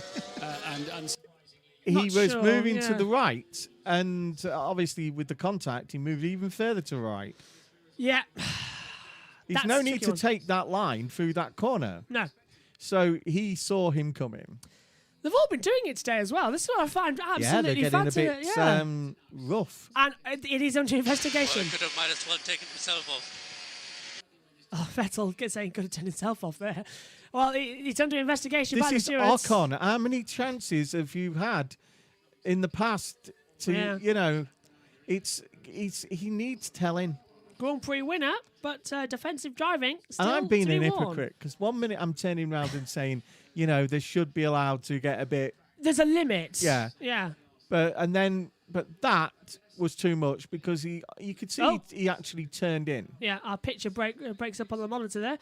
Yeah, it was too late, turned in too late, and just did not work at all. As we come down the start-finish straight once again, Ricciardo then leading a Grand Prix for McLaren. Max Verstappen P2 as well. Can't seem to get ahead of him now. And this isn't a thing, by the way, of Formula One cars saying, with the way the regulations are, it's impossible to follow. The aerodynamics are mucked up as well. No, this is genuine pace from the McLarens. We've seen it all weekend long as well, and it's tyre strategy. We're thinking plan A, target lap. Oh, so they want Norris to go 2 laps later and Ricciardo to pit lap 25. Limitation is the rear. So that's the rear tyres because they're getting so much retardation through the corners that it's going to push through. And Ted said the same thing as us, actually. So that's what we've been hearing. He's sliding around the Lesmos. 5 laps from now. Okay, so 5 laps from now. Just to process that number for a second. I think that whatever it was in the middle of the racetrack, I think has now been retrieved, which is fantastic news. So Ricciardo, 16 laps of tyres. Verstappen the same. Norris and Hamilton.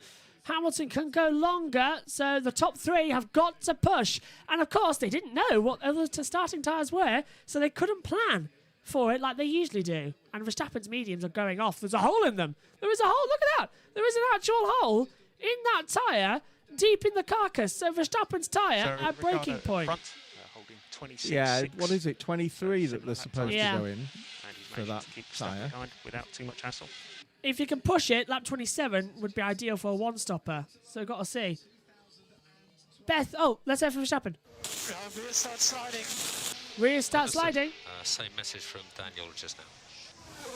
So Verstappen's rears are sliding as well. Bottas just took Alonso like he was parked. So yeah, Bottas to P9 ahead of it as well. And everyone click on that link that Beth put in as well. I will click on that later. We can redo the live chat as well. I'm looking forward to that. I wonder what that link is.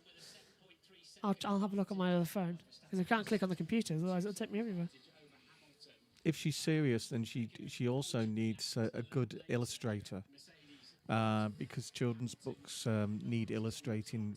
That's when your kid is looking at a book on a shelf, that's what they're looking for, the picture rather than the... Understood. Same message from Daniel just now. He started, so that's Daniel Ricciardo saying the same thing as well. Rears are gone, everything gone at the moment. It's trying to be push. So who's going to be the first to come in? And of course, we've heard no overtaking, but it's different to the sprint race, because in the sprint race, there's no pit stops. So it's different. Down the start-finish straight we go once again. I am trying to load it, but it won't work there, Beth, so I'll have to see what's going on with our internet connection, which has been really bad, actually, in the box at the moment. I'll have to pay the bill. Oh, hang on, I think it's loading. The well-spoken adventures of Josh and Ian. Where did she get your mum's picture of your mum's old van from? Oh, we've mentioned it enough. We got 750 quid off Top Gear for that van, and they took the roof off it and took it through a car wash. They did. I really like that one. You'd left some K-Light sticks in the back of it. Okay, that's good. I'll tell you what, Beth. Those Renault Espaces were fantastic. They were like driving a speedboat, weren't they? Because the steering wheel is so far away from the front of the vehicle. Bottas now just been told to keep on with it. So I'm going to print those out, actually, and put them in photo frames. They're quite funny. Actually, as we were talking about last week, it's very similar to driving a bus, actually, because you're so far back that you've got to watch, because your steering wheel is here, but the actual wheels that do the steering on the outside, the proper wheels, are way in front of you in an Espace. And you've got to you get used to it. I loved it. I loved your mum's Espaces. Perez been told he's closing in there on Leclerc, which is fantastic news. Rear tyres are, I think everybody is suffering with these rear tyres at the moment. They've got to find a better solution. Verstappen, fastest lap of the race as well. I'd love to tell you what it is, but it's not showing up on my monitor. All I know is he's got the fastest lap. This really helps, doesn't it? Let's have a look at the laps. Best lap time. It's a 1:25.808 at the moment on the board there for Verstappen, as Bottas is closing in on Lance Stroll now. He's 8 tenths away. Let's hear from Max. And mode 7. Mode 7. I didn't click anything with the overtake, so why is it going lower? We're looking into it, Max. And that could be Verstappen having ERS recharge problems. If that battery is not being charged, it's gone. You lose. These are hybrid. Time penalty.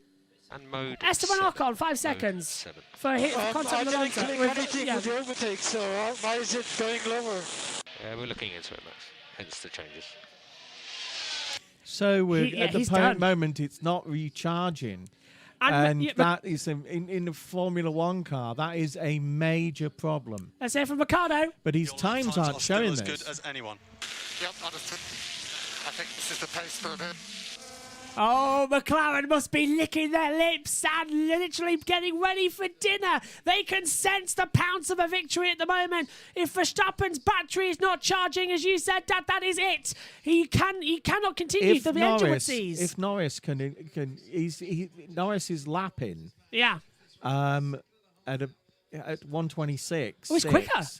So he's quicker than the front two in front. Verstappen's off. Yeah, he's locked And there up. goes Lando. No, that's Ricciardo. It's a replay. It's a replay. It's a lock-up from Verstappen, and he's gone off. I was reading the screen. Yeah, me too. When it happened. Yeah. Lewis and Norris are lapping in a 1:26, whereas Ricciardo and Verstappen are doing a 1:27. Only 5 tenths between them. So Verstappen locked up at turn 1, and that gifted another second to Ricciardo. He slipstreamed the Rettifilio, and Norris down in 3rd place as well.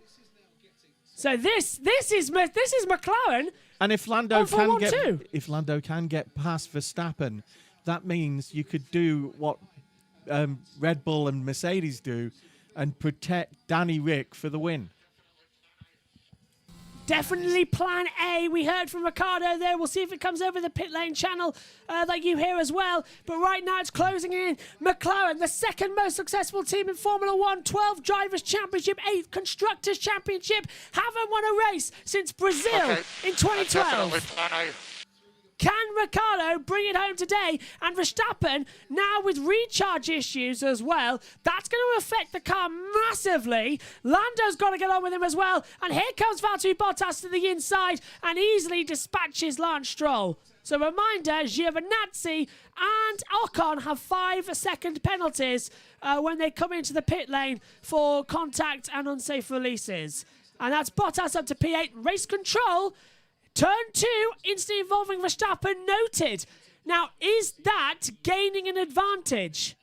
Because Verstappen saying really tricky with the rears. I think Verstappen is in quite a bit of trouble here. They're all now doing 1:27s, apart from Hamilton, who's still doing but he's only 2 tenths behind now. Well, Max was second in practice 1. He was in the qualifying sprint. He qualified 3rd. Ocon 1.2 ahead. Ocon has a 5-second penalty. It's Latifi we're racing. And who's this? It's Danny Ricciardo. Danny Ricciardo pits and Sergio Perez, race leader, pits then. So Ricciardo is going to try and do the undercut on Verstappen. So the race leader in. Needs to be a really super stop, boys. On go the hards. Dropped on 2.4 seconds. That's lovely. Away you go. And this is hard compound tyres now getting ready. No investigation necessary for the turn 2 incident as well. Let's hear from Verstappen. Right, so... Well, I didn't hear that. I think they've turned to a different mode because he's now lapping okay. 1:27.4, Norris 1:27.1, yeah. So Norris is now going to go 3 laps longer than Danny Ricciardo has as Vettel enters the pit lane. Ricciardo now on the undercut strategy. Let's see if he can get the lead of this race back. Because remember, Hamilton has to get out front and gain advantages over Ricciardo. At the moment... So Ricciardo's in the pits, Verstappen stayed out. At the moment... Probably close with Ricciardo on exit. Hamilton has 17 seconds to Ricciardo. As it stands, that's not enough. Oh, Vettel saying his tyres are what? F. F. Yes. Gone. Finito. They're gone. Now, is he going to pit this lap? Red Bull, box. Here we go. Lando Norris will take the lead unless he comes into the pit lane. It's a very late call for Verstappen, but the race leader enters the pit lane on lap 23. Lando Norris inherits the lead of this crazy Italian Grand Prix. Now, can it be a good stop? On go the Haas. It's a slow. Oh no! Slow rear right. They can't get the right on. This is disastrous. It won't go on. What's happening? I don't believe it. They've got the 1.92 second world record, and Ricciardo comes out ahead of Verstappen. 11.1 seconds. It's a 1.92 track record, and that little stop has put Hamilton into the lead. Hamilton has passed Lando Norris. Forget this. Show us the lead. Hamilton has passed Norris at the outside of the Dalla Voglia. Hamilton leads the Italian Grand Prix with it down into 10th place. Verstappen. The championship explodes once again in 2021, and it puts Hamilton in the lead of the championship by around 15 points. It just wouldn't go on properly. It wasn't going on square, was it? No, it just wouldn't go. And this is how Hamilton passed Lando. Lando was so slow and regenerating energy. Hamilton on overtake round the outside of the Dalla Voglia. He got the move done before. Lewis, this is on. Come on, mate. An unfortunate sprint race could put him in for a great race. Brilliant stuff from Lewis Hamilton now. Really starting to push. Verstappen nice in work, Lewis. fourth. This is on. Come on, mate. Verstappen in fourth. And look, what was going on? Verstappen in ninth. 7th. I don't think it was. Oh, and Lando Norris pits. So Perez goes to 3rd, Leclerc to 2nd. Was it? Remember, the gun has to click and send a message. It didn't click. round the outside. Danny Ricciardo now going for a move on Carlos Sainz and gets ahead. Well, and big lock up from Sainz. Well, Red Bull have been hoist on their own petard there, haven't they? They wanted slower pit stops. Then now it's cost them big time. And the driver tracker not the driver tracker, the lap timings. It was just putting Verstappen all over the place just then. 4th, 9th, 11th, 13th, and now it's settled at 9 for him. That monitor we're looking at is the same that you see on your screens as well, so same problems. I actually can't watch, says Beth as well. It is so dramatic. Well, we had a great MotoGP race. Yes. And Lando's happy where he's come out as well. The battle is on. Yeah, we've got a great MotoGP race today. Yeah. We've got a good Italian Grand Prix.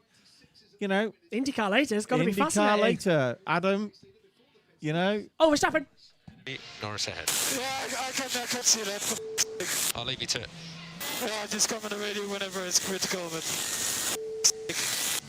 And Verstappen's throwing his toys out the pram once again as Lewis Hamilton comes into the pit lane, changes over to soft tyres. Oh, it's a slow stop again! Slow stop for Mercedes, 4.2! And Perez goes to 2nd. Leclerc leads. Can Ricciardo get out ahead of Hamilton? He's done it!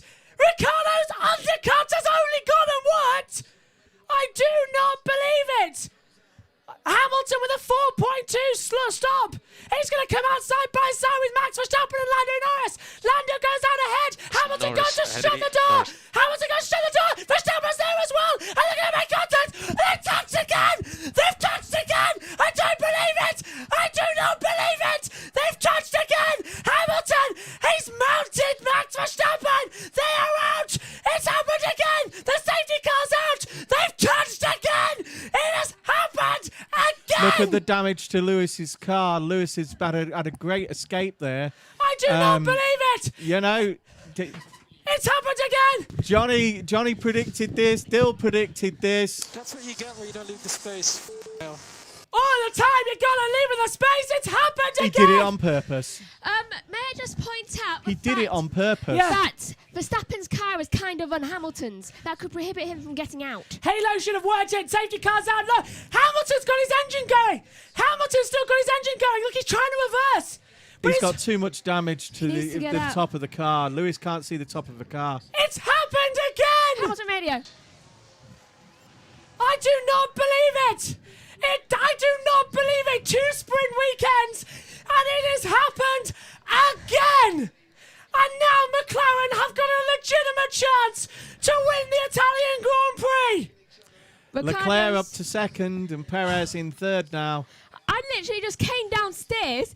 I just looked into the front room to see what was going on, and all of a sudden I see Hamilton and Verstappen crash. It was the Hamilton coming out of the pit lane. He didn't give any room to Max. That's their best crash yet. And they mounted each other. How similar is that to Ayrton Senna and Martin Thank Brundle God in 88? the Halo did its job there. The top of the car, where the air intake is, and the cameras is mounted. Totally destroyed by the Red Bull as it went over the top. I want to see a replay. I want to see a replay of that because I think he was trying to... Max was trying to push Lewis out of the way. And Danny Ricciardo leads the Italian Grand Prix, and Charles Leclerc is second for Ferrari. And Lando is third. Oh!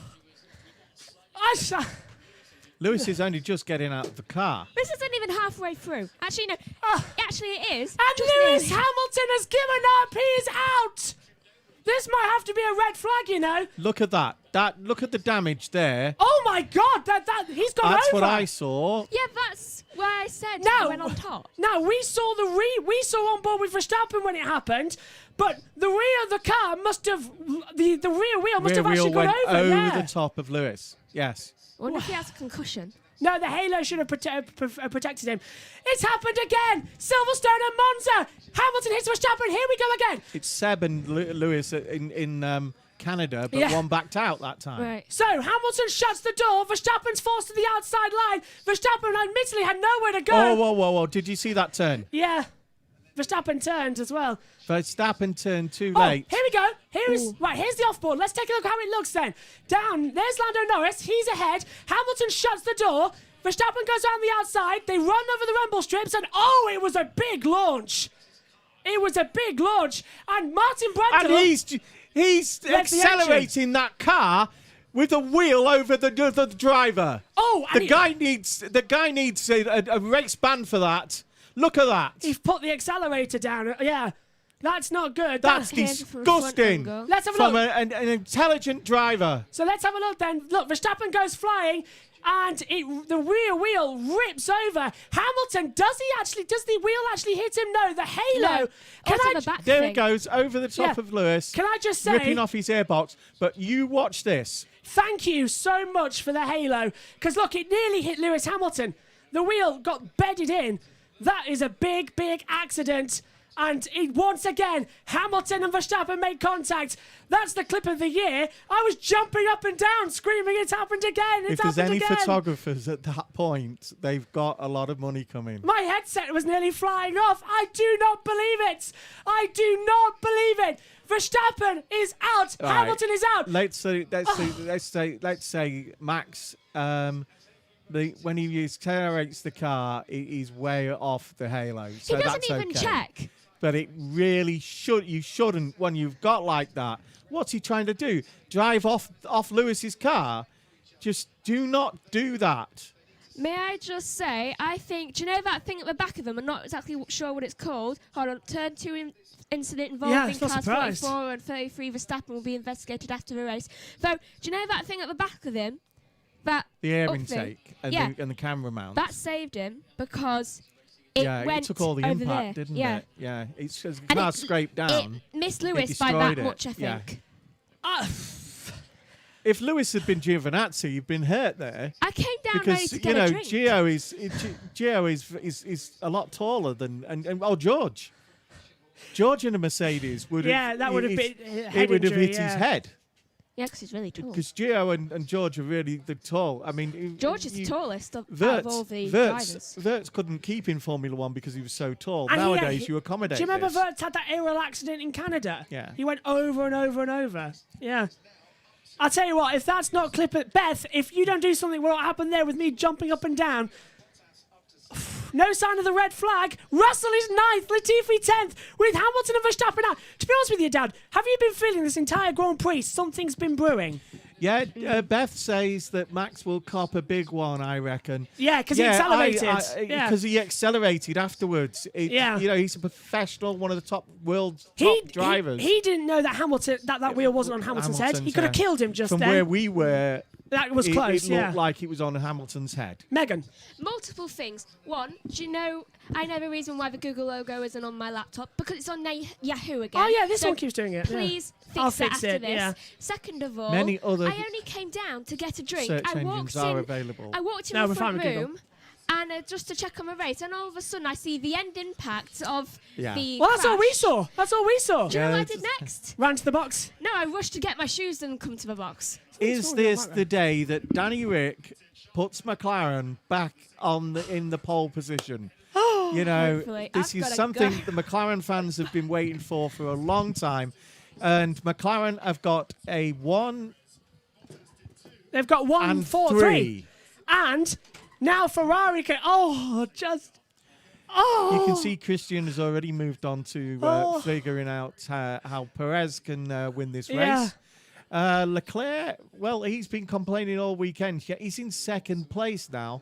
With a genuine shot of a Tifosi victory, Yeah. Of a Ferrari victory in Italy.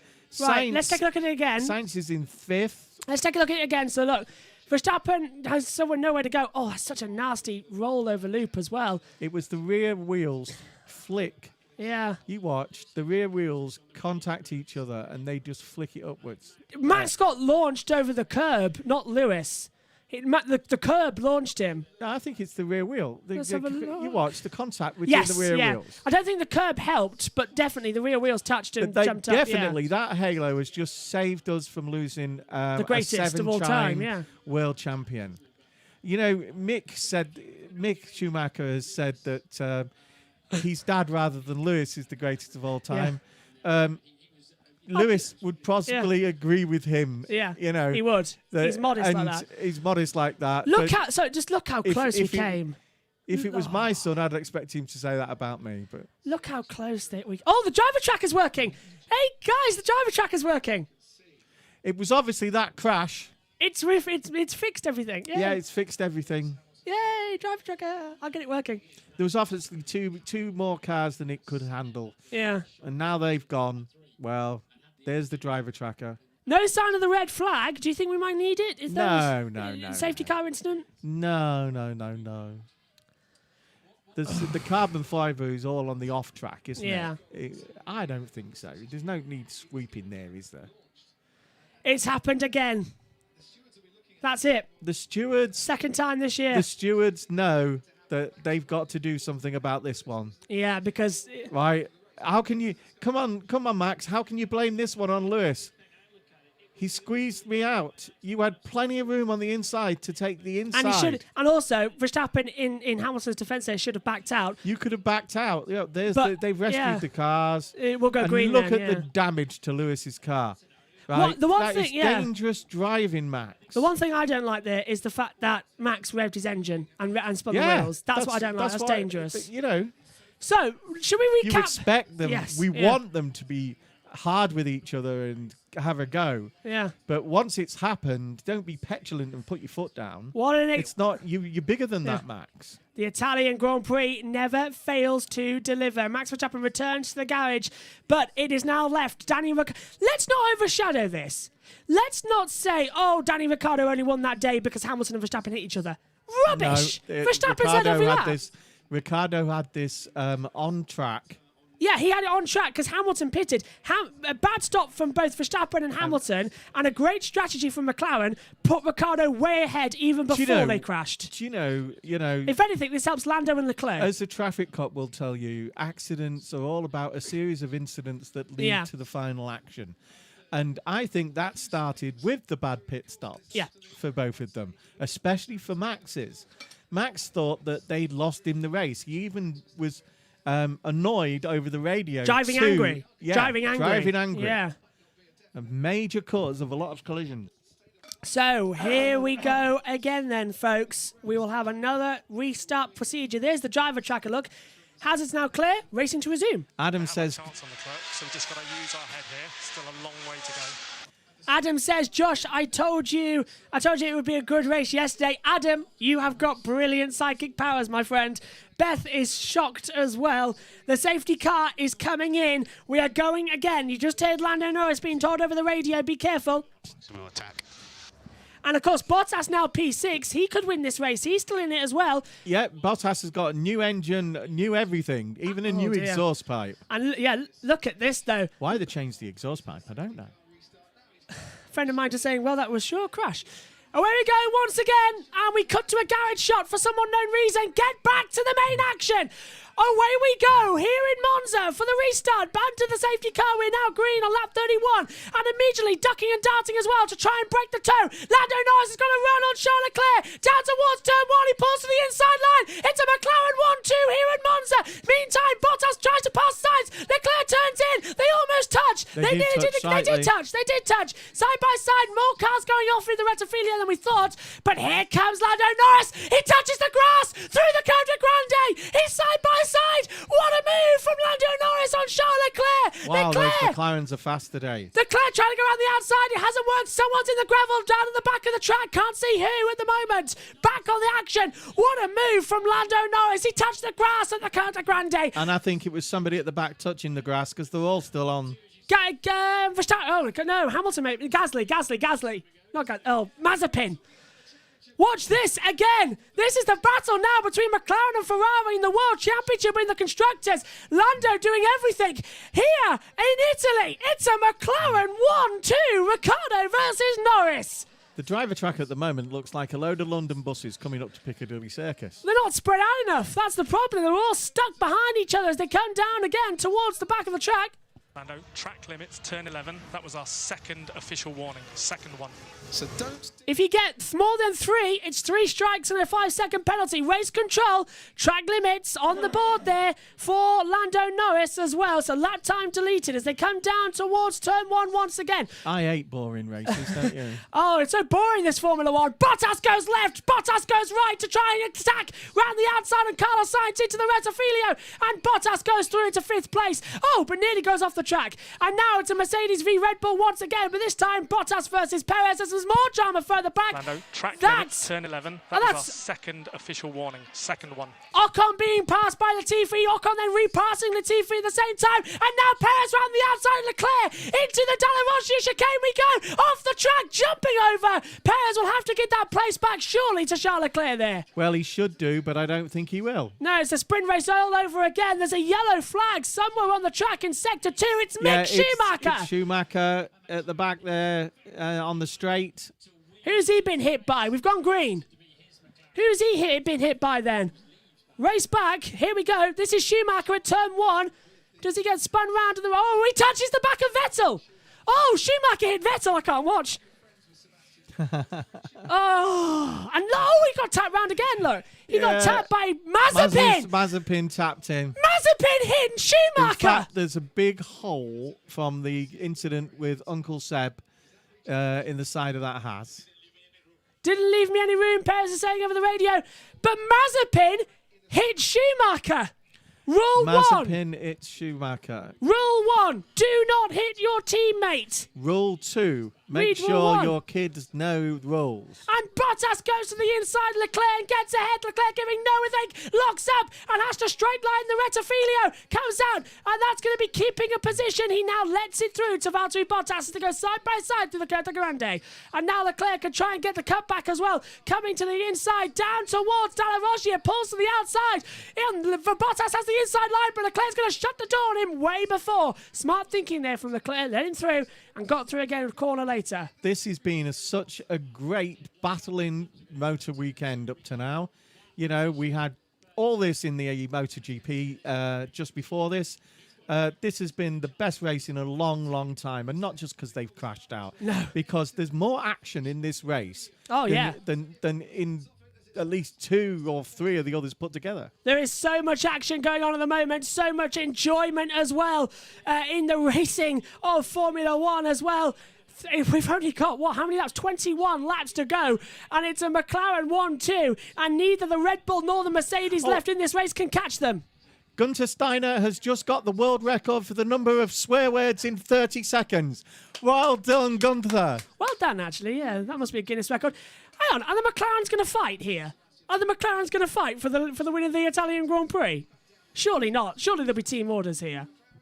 Oh, I'm going to take a sip of water in a minute, because here comes Bottas going right around the outside of Charles Leclerc into the Rettifilio. This time, Bottas gets ahead. I've got to say that Bottas has got a completely new car there, right? I think, there's something left. It's going to be a McLaren or Bottas that wins this race. Yeah, Ferraris have dropped back to 5th and 6th. Perez is sort of in the mixture of it, but still not there or thereabouts. It is so close now to the battle. The other scenario is... when Bottas and Perez come together, right, will it be a similar thing to Lewis and Max? You go off and then you get a tow from that. How is he allowed? How is that allowed? You go off and get a tow from that? That's just the way the cookie crumbles. Isn't there a rule that was introduced after there's Hamilton no rule did that says once you go off accidentally and you come behind someone that you brake to give them distance. That's not racing. It's just one of those things. It's like a racing incident. But didn't Hamilton get booked for that in Belgium 2008? Well, you can't give someone space. You've got to carry on racing, haven't you? Yeah. And I suppose it was with Raikkonen at the point there. My headset is literally dripping at the moment. It's been that... That's because you're dripping. I am. It's been such an exciting race as well. I tell you what. 2 seconds. You go off and then you get a tow from that. I'm going to unplug that because it was affecting my headset. Bottas gets the fastest lap of the race on a 1:24.827 as well. All looking good. So he gets the extra bonus point in the moment. I unplugged Megan's. She's not here. It's also really dragging on the headsets. No, it's okay. Coming through again. I tell you what, Adam's joining me in the box later with Ben as well, with Joe trackside for the Grand Prix of Portland. I might need a complete change of clothes for that race. I've sweated through these. A great MotoGP dogfight, a great Formula One Grand Prix here at Monza. Well, it's your mum unbelievable. does an excellent laundry service for about £3.50 a time. Well, I think the trousers will be all right. It's the shirts I'm worried about. Might need changing. Always trying to save money, Josh. Go for the 350. Nah, I'm fine. The 275, which is just share. It's not a washer we need. It's a proper. It's a dryer. Let's hear from Lando. Yeah, I need Daniel to pick up the pace a bit. He's driving too slow. Oh, so Lando's now saying he's... have a bit more apex speed, 6-7. That's Mazepin on the radio there. So now it's all going off there. Norris has just told Ricciardo, please speed up. It's not going... Oh, what's happened there? Please speed up as we take a look at the driver tracker, because we haven't all weekend long. Well, this building that we're sat in at the moment is the reason we haven't got a dryer. Because it caught fire. It used to be right there and it caught fire. Yeah, it used to be right at the other side of the box and caught fire. It didn't burn anything down. No, it was the drum was glowing red. Yeah, it was glowing red, spinning red, like a brake disc. Like a brake disc is red. So we turned it off, unplugged it, and let it cool down. Look at this. And then we decided we never wanted one again. The top four within 2 seconds of each other right now. This McLaren battle is holding them up. If Lando is generally quicker, is it going to happen now? Best thing is to be as quick as you can to the end of the race and just pull a gap on these cars behind if possible. So Lando has responded by saying as well, look, I'm faster than Danny. Danny's... There you go, look. Just pull a gap on these cars they can smell a victory. Danny's now been told just push hard to the end of the race. They Lando can smell a victory. So they're arguing now, Get on with the race. Stop arguing. Yeah, just 1-2. Their last 1-2 was Canada in 2010. Their last victory, as I said, was Brazil 2012. And that was a long, long time ago. It was so long that it had to be helped on by Paul di Resta crashing. And if McLaren win here, will they win in IndyCar? That's a good point. Pole position has gone Alex Palu's way, though, but the Pato Award standing outside of the top 12 as well. I think 13th on the grid for our McLaren Schmidt-Peterson. Pato Award currently leads the title. The thing about IndyCar is you can be leading, can't you, with 5 laps to go, and then something happens, and all of a sudden you aren't. And here comes Red Bull and Mercedes once again. They've both got the DRS as well. Bottas looking for a move on Perez. Perez battery's low. Bottas has been told to use overtake. Perez's battery is low, so now we can push hard.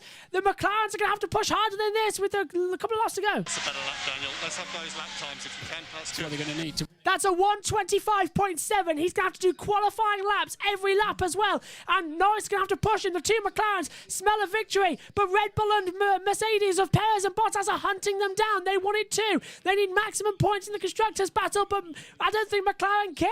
They're going to stay out 1-2. They're going to race exactly as hard as they need to. What I like about IndyCar is that it's one of those motorsports, where you don't know who's going to win until the last couple of laps. It's so bizarre. And there he is, as well. Cody's also saying, Ricciardo back in form. He absolutely is, Cody, as well. I hope you're doing all right too. Yeah, he's really got to grips with this. I think at Zandvoort, he was showing that he'd worked out where to brake and how to turn the corners. Because it is a peculiar car at turning corners. That's what we've already heard on the radio. How was your trip to Silverstone, Cody, as well? As look at that, Perez is wide through the Alboreto parabolic in the last corner and down again the start-finish straight. Look, there's the driver tracker and a time penalty for Sergio Perez! A 5-second time penalty for Sergio Perez, leaving the track and gaining an advantage at turn 5. I never thought they'd get that. No, I didn't. So Perez. I knew they were after it, but that's a strange decision because that's not applying the rules to Perez like you did to Lewis and to Max as well. Yeah, earlier in the race. So now Bottas can smell his first victory. Hang on a minute. Are we genuinely talking about the fact that Valtteri Bottas could make history today by becoming the first driver to start from the back and win the race? I thought that had already happened. Consider brake No, bikes to protect furthest back we've ever had it, John Watson, 22nd at Long Beach. A driver has never started from the back and won the race. No. But how fair was that? Lewis did win from the last position. No, he hasn't. Okay, check, we've had a 5-second penalty for that overtake on Leclerc. No, halfway through the race when he found himself. Norris has a penalty as well. Negative. Nothing for Norris yet. Oh, but is Norris under investigation? Is Norris expecting a penalty then if they've gone for that? For forcing him off. Oh. No, Lewis. No, you can't decide that that you have done something wrong and then give the person that you did it wrong to. Yeah. That's copping out, isn't it? That's like when there's a 50-50 and you give yellow cards to both players. 15 I've never agreed with that. You should give them a talking to. If it's 50-50 and you do that, you can't. Do you know? Don't count out Lance Stroll here either. Don't count out Lance Stroll. He's right there. The entire field is right close together. We've heard that. But, this is such a bizarre race as well. So, Perez is no longer in third. It's Bottas. I'll tell you how intriguing and how good this race is. It's lap 40 coming up of 53. 15 to go. 15 to go, right? We usually say 15 to go is where everything starts happening. What more could happen? What else could happen? I don't think, unless... and Mazepin and Schumacher... there is something. Another twist in this yet. Look at Mazepin and Schumacher. They are switching position left and right, coming through the Dalla Rocha chicane. It's landed with Michael's son on top. Mick Schumacher on top. So how did Mick get so you do it as working again? Don't know. He's got it back in there. So Mazepin's dropped back. Unless it was a transponder fault and he wasn't stopped. It could have been. I think he spun, didn't he? We saw him had a spin and Mazepin hit him. Mazepin hit him down. Yeah, I know he hit him, but... He must have spun it back round again. So Ferrari can probably smell a podium as well now that Checo's got a penalty. He's got damage on the right side. Yeah, so I wonder how he's managed to slipstream. Maybe his transponder, if it's hit somewhere. because he hit the side of Vettel.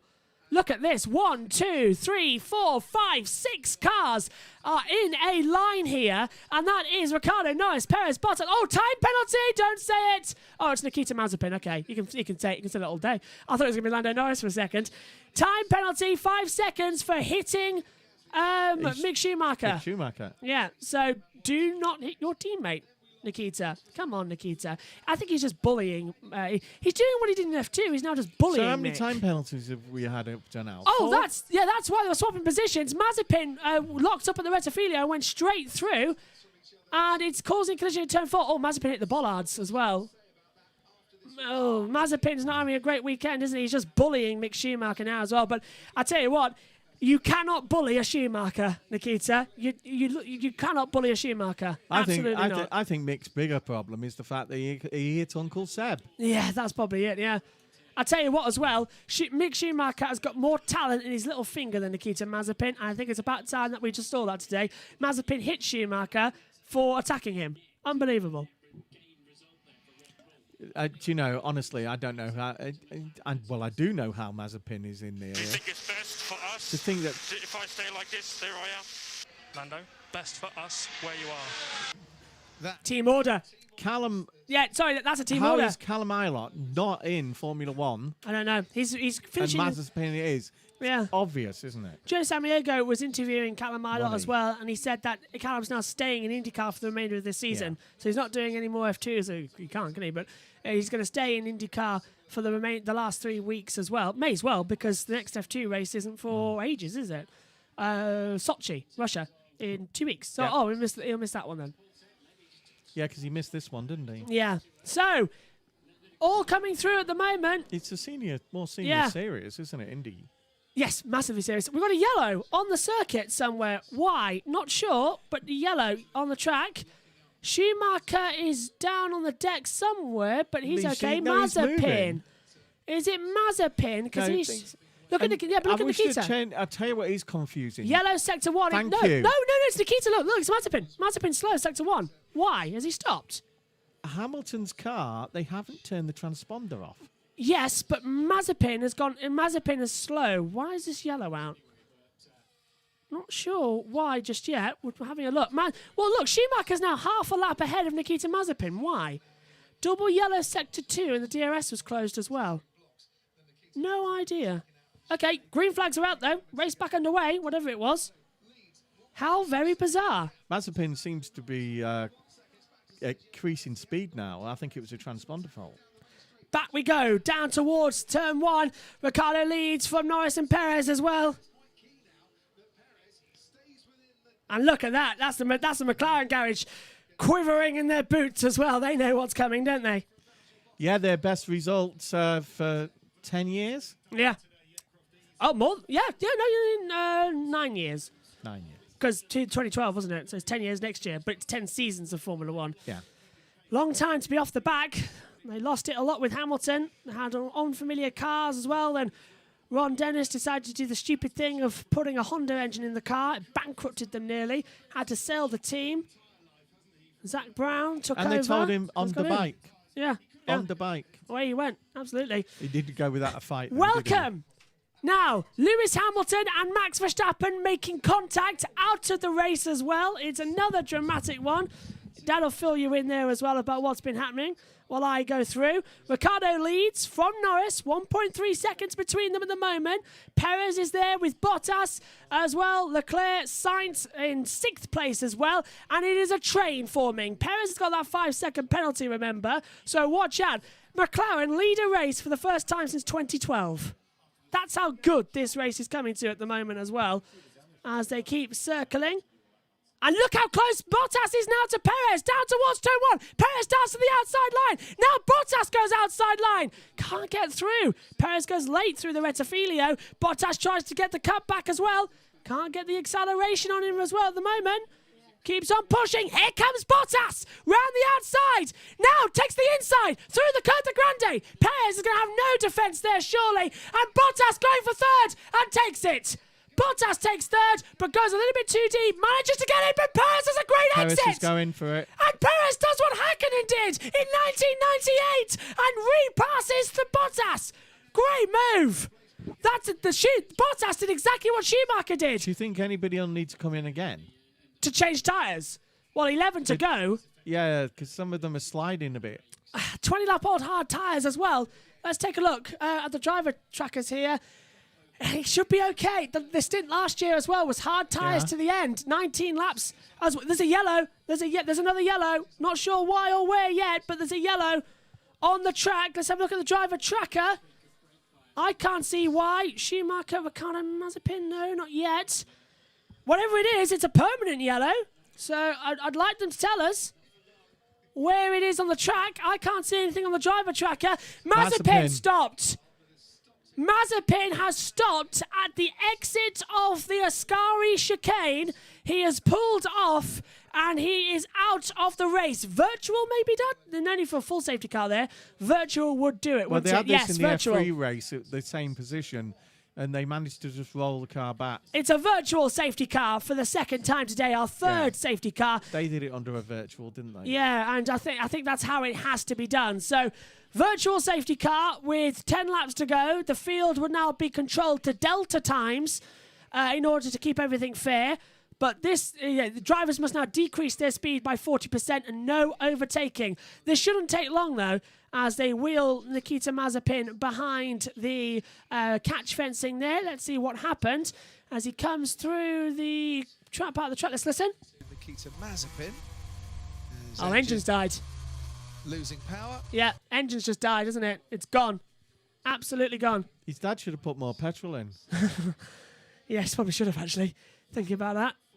So out goes Mazepin. Look how thin that wing is on the Haas today. Well, it's a low downforce track, isn't it? So they can be ultra thin.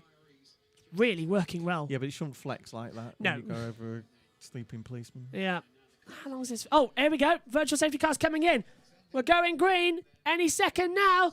How long until they hit the gas as well? The virtual safety car will come in. We are back now to green flag running. Away we go. And Ricciardo was mid-parabolica, so hope he's got a good exit. Leclerc will be right there. And of course, unlike with a normal safety car, the DRS will be enabled immediately. Leclerc nearly over track limits there at the parabolica. Down we go. And where's Bottas? Bottas back down to fourth still, yeah. Fourth. Yeah, so still behind Perez. He's got Leclerc behind him. Leclerc just trying to see if he can make an overtake, just putting a bit of pressure on Bottas there as they restarted. But now they're all back to normal. Bit of distance between them, just a slight distance, a little gap. And that means one thing, right? For the next lap, we'll have a lap that is calm. Yes, and Kubica passes Vettel at the back. Let's go to the chat quickly. Cody saying McLaren P1 and P2, fingers crossed. It looks that way, but let's not do it. 9 to go.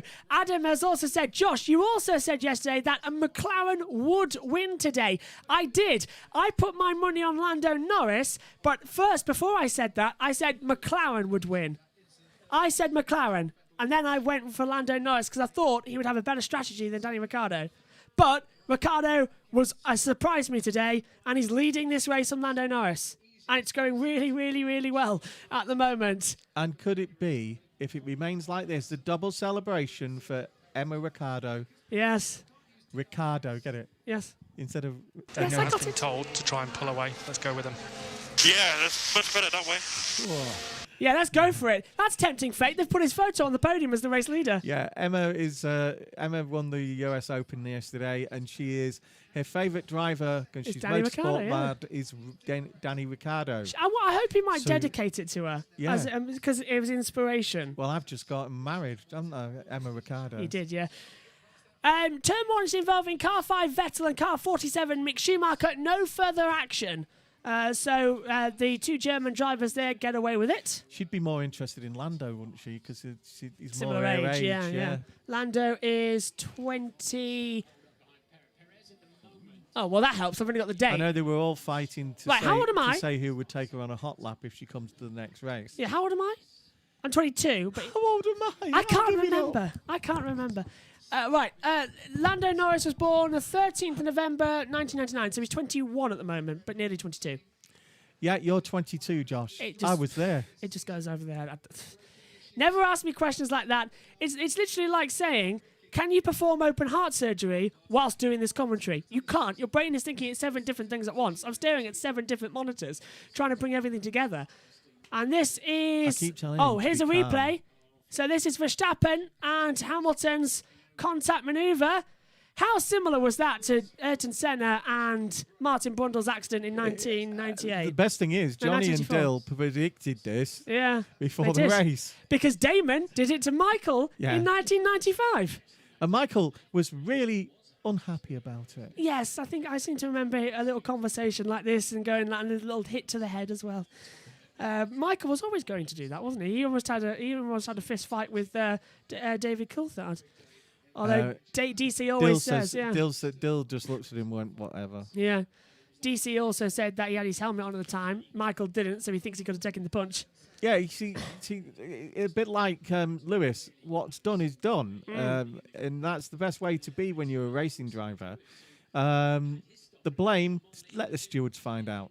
You know, just race. And the one thing about Max just then is Max didn't hang around. I think he knew that he was really at fault. And he just didn't want to stay didn't there, hang around. He just walked off calmly. And how lucky was that halo as well? Which keep it there, the Max of old would have exploded and gone, what is that? Kind of glad. Can I just say, Valtteri Bottas, pole position, won the sprint race, now going to finish 3rd on the podium because Perez got this penalty. How fair is it that the driver who started at the back of the grid today with a penalty for using too many engines this year, finishes on the podium? Oh, so you get penalised and then you're not allowed to win the race, are you? It's a bit of a slap in the face, but no, it's not. Well, do you know what it does mean? The engine regulations need changing. No, no. I mean, you know, that is the set yes, in the rules, the set punishment for changing all those things. My thing, punish the team, not the driver. I mean, fines. I know Fines. Jensen said one day one of the changes, he had that many changes in Hungary. Oh, sorry, that was Alonso. Go on. In Hungary, that he should have actually started at the taxi rank in Budapest. Yes, he should have. Vettel's had another lap time deleted on that board. Gap is 2.7. And that's Alonso being told the gap is 2.7 seconds at the moment. So, 6 to go here at this amazing Italian Grand Prix. It certainly hasn't left up. Vibrations are increasing, says Sergio Perez. No chance he can get that 5-second advantage over Valtteri Bottas. Bottas might finish this race on the podium. Don't count out the 2 Ferraris yet. It's all to play for. It could be McLaren, Mercedes, who are the big ones here. Mercedes power units in the back of that McLaren as well. Mercedes have gone really, really well here in the hybrid era, winning all but 2, I want to say, races here. Is last lap or not? Well, There will be 6 more after this, 6 more laps. Yeah, Mercedes have won every race here in the hybrid era bar 2. 2019 with Ferrari Charles Leclerc, and 2020 is Pierre Gasly with AlphaTauri with a Ferrari engine. So Mercedes will keep that stat up of having another victory for the engine, but it's going to be McLaren's first win since Brazil 2012. If they can just keep it together for 5 more laps. Look at Seidel. Oh, there's so it's such a nice man and such a brilliant strategist. Done this in other formulas, you know, knows what he's doing. You know, he's a great strategist. Like Toto, he's a good head of a team. You know, and people don't give Christian the right, you know, me included sometimes. But Christian is a genius when it comes to this sort of thing. Post-race is going to be fantastic as well. Oh, Christian had already worked out how he can blame everyone else but his own drivers. These safety car periods, by the way, the race has now been going for 1 hour 19 minutes, which means we've lost that fastest lap time. I don't care. Rather see a good race. I was expecting Wheatley to be on to Massa and go. I was expecting something, did you see that? Lewis actually was in the same track as our driver. Please do something about it, Michael. I think there's got to be there might be something. I wonder who will get. Jonathan Wheatley, it's his job to actually stick up for his own team, and I think we're only because we're now hearing it. Yeah, this has happened for years. You know, they all do it. Who do you think is actually going to get the penalty, Hamilton or Verstappen? I'm not too sure.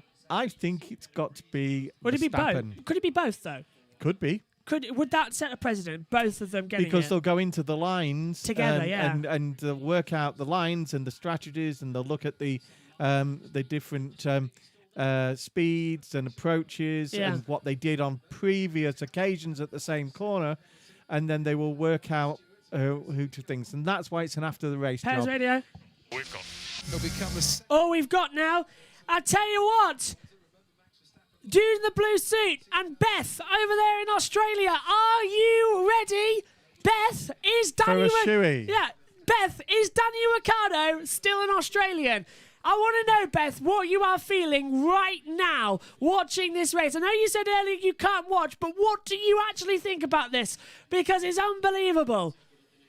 I want an Aussie's opinion. Dude in the blue suit and Beth getting there. Will what it is be the the Aussie's opinion? second Aussie victory of the day? Piastri won in F2. Yeah, and Mark Webber's here today as well. Yeah, Webber was virtually chewing his nails for Piastri, who is his protege. Came in for the race today, Mark Webber. He was filming at Mugello last night in Tuscany. Took his private plane to Monza. All we've got. Yeah, to look after Oscar. Yeah, and I think he's on Channel 4, although don't hold me to that. I don't know, you know? Yeah, because if he's in the F2 paddock, they can't mix. So don't hold me to that. But this is fantastic racing at the moment. Oh, 3 to go, and McLaren can smell victory. 1 year ago, it was Carlos Sainz for McLaren hunting down Pierre Gasly. They crossed the line. The gap between them was 0.136. Now, here today, the gap is 1.666, but it's both McLarens at the front. Just over 2 laps to go. Oh. And McLaren's nightmare is over. The longest winning drought in Formula One history. This, for a top team, the second most successful team, only Ferrari ahead of them. I've even got my toes crossed. Everything. I've asked for the orange to be brought to the box. This is like watching Emma last night, and Layla was so good as well. Oh, hello. Under investigation, Lance Stroll as well. So Lance Stroll for incident involving allegedly failing to slow under yellow flags. Thank you. Oh, that's fine. This'll do. I've brought the winning shirt out just in case. I'll pop that aside, but I've got the winning shirt just in case. Which car was decided investigation? Hey, I've just realised. This will be right now because finally McLaren have got Mercedes Who is power under units. investigation? Lance Stroll failing to slow for yellow flags. So that'll be the virtual safety car. 2 to go here at Monza. This is all coming up. By the way, that's 375. The gold medalist, that's mine. I know, but it's been ironed and washed. 375 on your account. We'll have your account ready as usual on Tuesday morning. It will be available online at 9 o'clock, okay? By the way, you haven't paid the last 2 weeks. Oh, that's nice. I'm going to have to bend down here for a second and reconnect Megan's headset. She's coming in. Stop uncrossing my toes. Sorry, she's coming into the box now as well. We are all set. Yeah, Megan's been reconnected and she will be with us in a moment. This is going to be the last lap. She's been studiously doing her work like I knew she would. Beth saying, to be honest, I've been cooking snags. Is that snacks? I hope it isn't just misspelt. Snags might be an Australian thing. Ladies and gentlemen, boys and girls, we are coming to the last lap of this amazing Italian Grand Prix. If this was IndyCar, it's white flag in the air.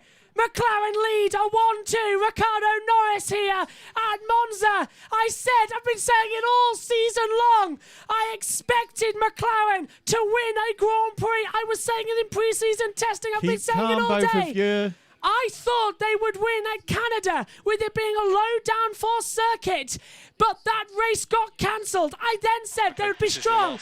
Last lap. That's Ricardo being told the last lap, but he understands. I then said the other low downforce circuits, Spa and Monza, watch out for them because they might just do it. McLaren lead a 1-2 on the last lap. They're on course for winning. What a crazy race, Megan, this has been now turned out to be. You can't deny that this isn't Ricardo's. He had a fantastic manoeuvre way before the 2 crashes. He did, yeah. They are coming to the line.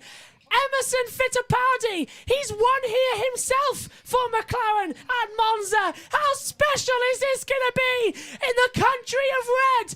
It's going to turn papaya because McLaren, after a long 9 years, are going to rejoice. Brazil 2012, that can all fade away. Daniel Ricciardo, Monaco, it's gone. McLaren win! And McLaren win! 1-2! 1-2 for McLaren. Fantastic. Daniel Ricciardo wins the Monza Grand Prix!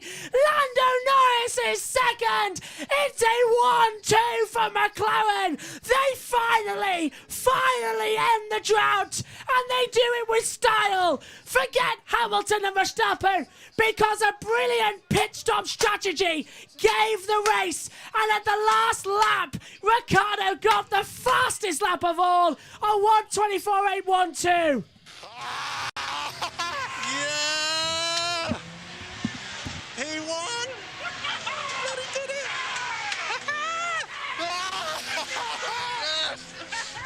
Yeah, boy! Yes!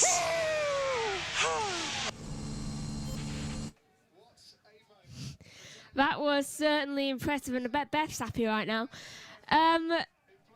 Yeah, that was incredibly good. And Beth says, Aussie, thanks for the great cars, Bruce. And Bruce McLaren. So he's an Aussie again. Whereas Bruce never was. He was a New Zealander, wasn't he? Yeah. I've been waiting 9 years to wear this shirt. It's taken them so long. They left Mercedes. They're back with Mercedes now, so this shirt once again is relevant. I've been waiting ages to wear this shirt. When you think back to just a few years ago, about 5 years ago, if you were offered a drive in McLaren, right, you were expected to feel like you're at Haas or Alfa Romeo, Lando, right at the back. This is an amazing turnaround with Mercedes engines.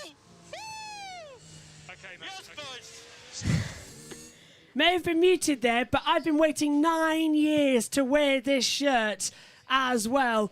Fantastic. It was so out of date that Mercedes left them and then they've rejoined them, all by the Vodafone part as well. And it fitted you then. It still does. What are you on about? I go fencing in this.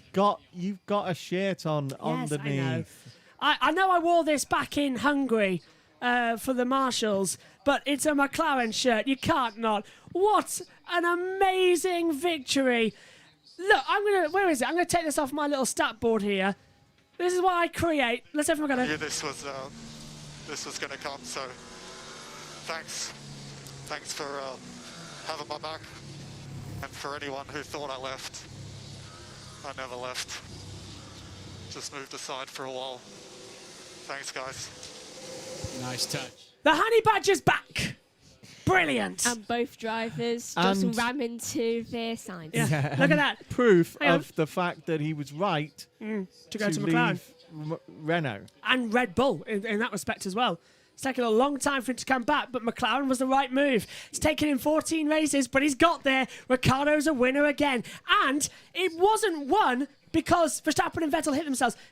Verstappen and Hamilton hit each other because that was happening all race. Hamilton was stuck behind Lando, and Max was stuck behind Danny. McLaren's had pace. As you said, a triple podium for Mercedes. Yeah, Mercedes engines a triple podium for the first time in their long career.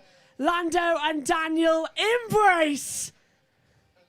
I don't think Lando cares. It's not a victory for him. He cares it's Lando the team. Lando actually asked himself to the team, is it right for me to stay in second? And they went, stay second. Yeah. It's his best ever result, though, Lando Norris. A second. He's had 3 thirds. Now he's got a second as well. This is my notes as McLaren celebrate Brazil 2012. That can now change and turn yellow. They're the 4th team to win this year alongside Mercedes, Red Bull and Alpine. McLaren win. Listen. Coming together very nicely.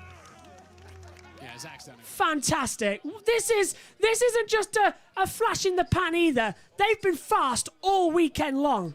Oh, yeah, as well. Oh, yeah, they have been fast. Really fast. So Simon Beth saying and good dude stuff. in the blue suit and all the other Australians, it was worth staying up for, wasn't it? Absolutely. And amazing stuff as well, says Simon as well. And driver of the day.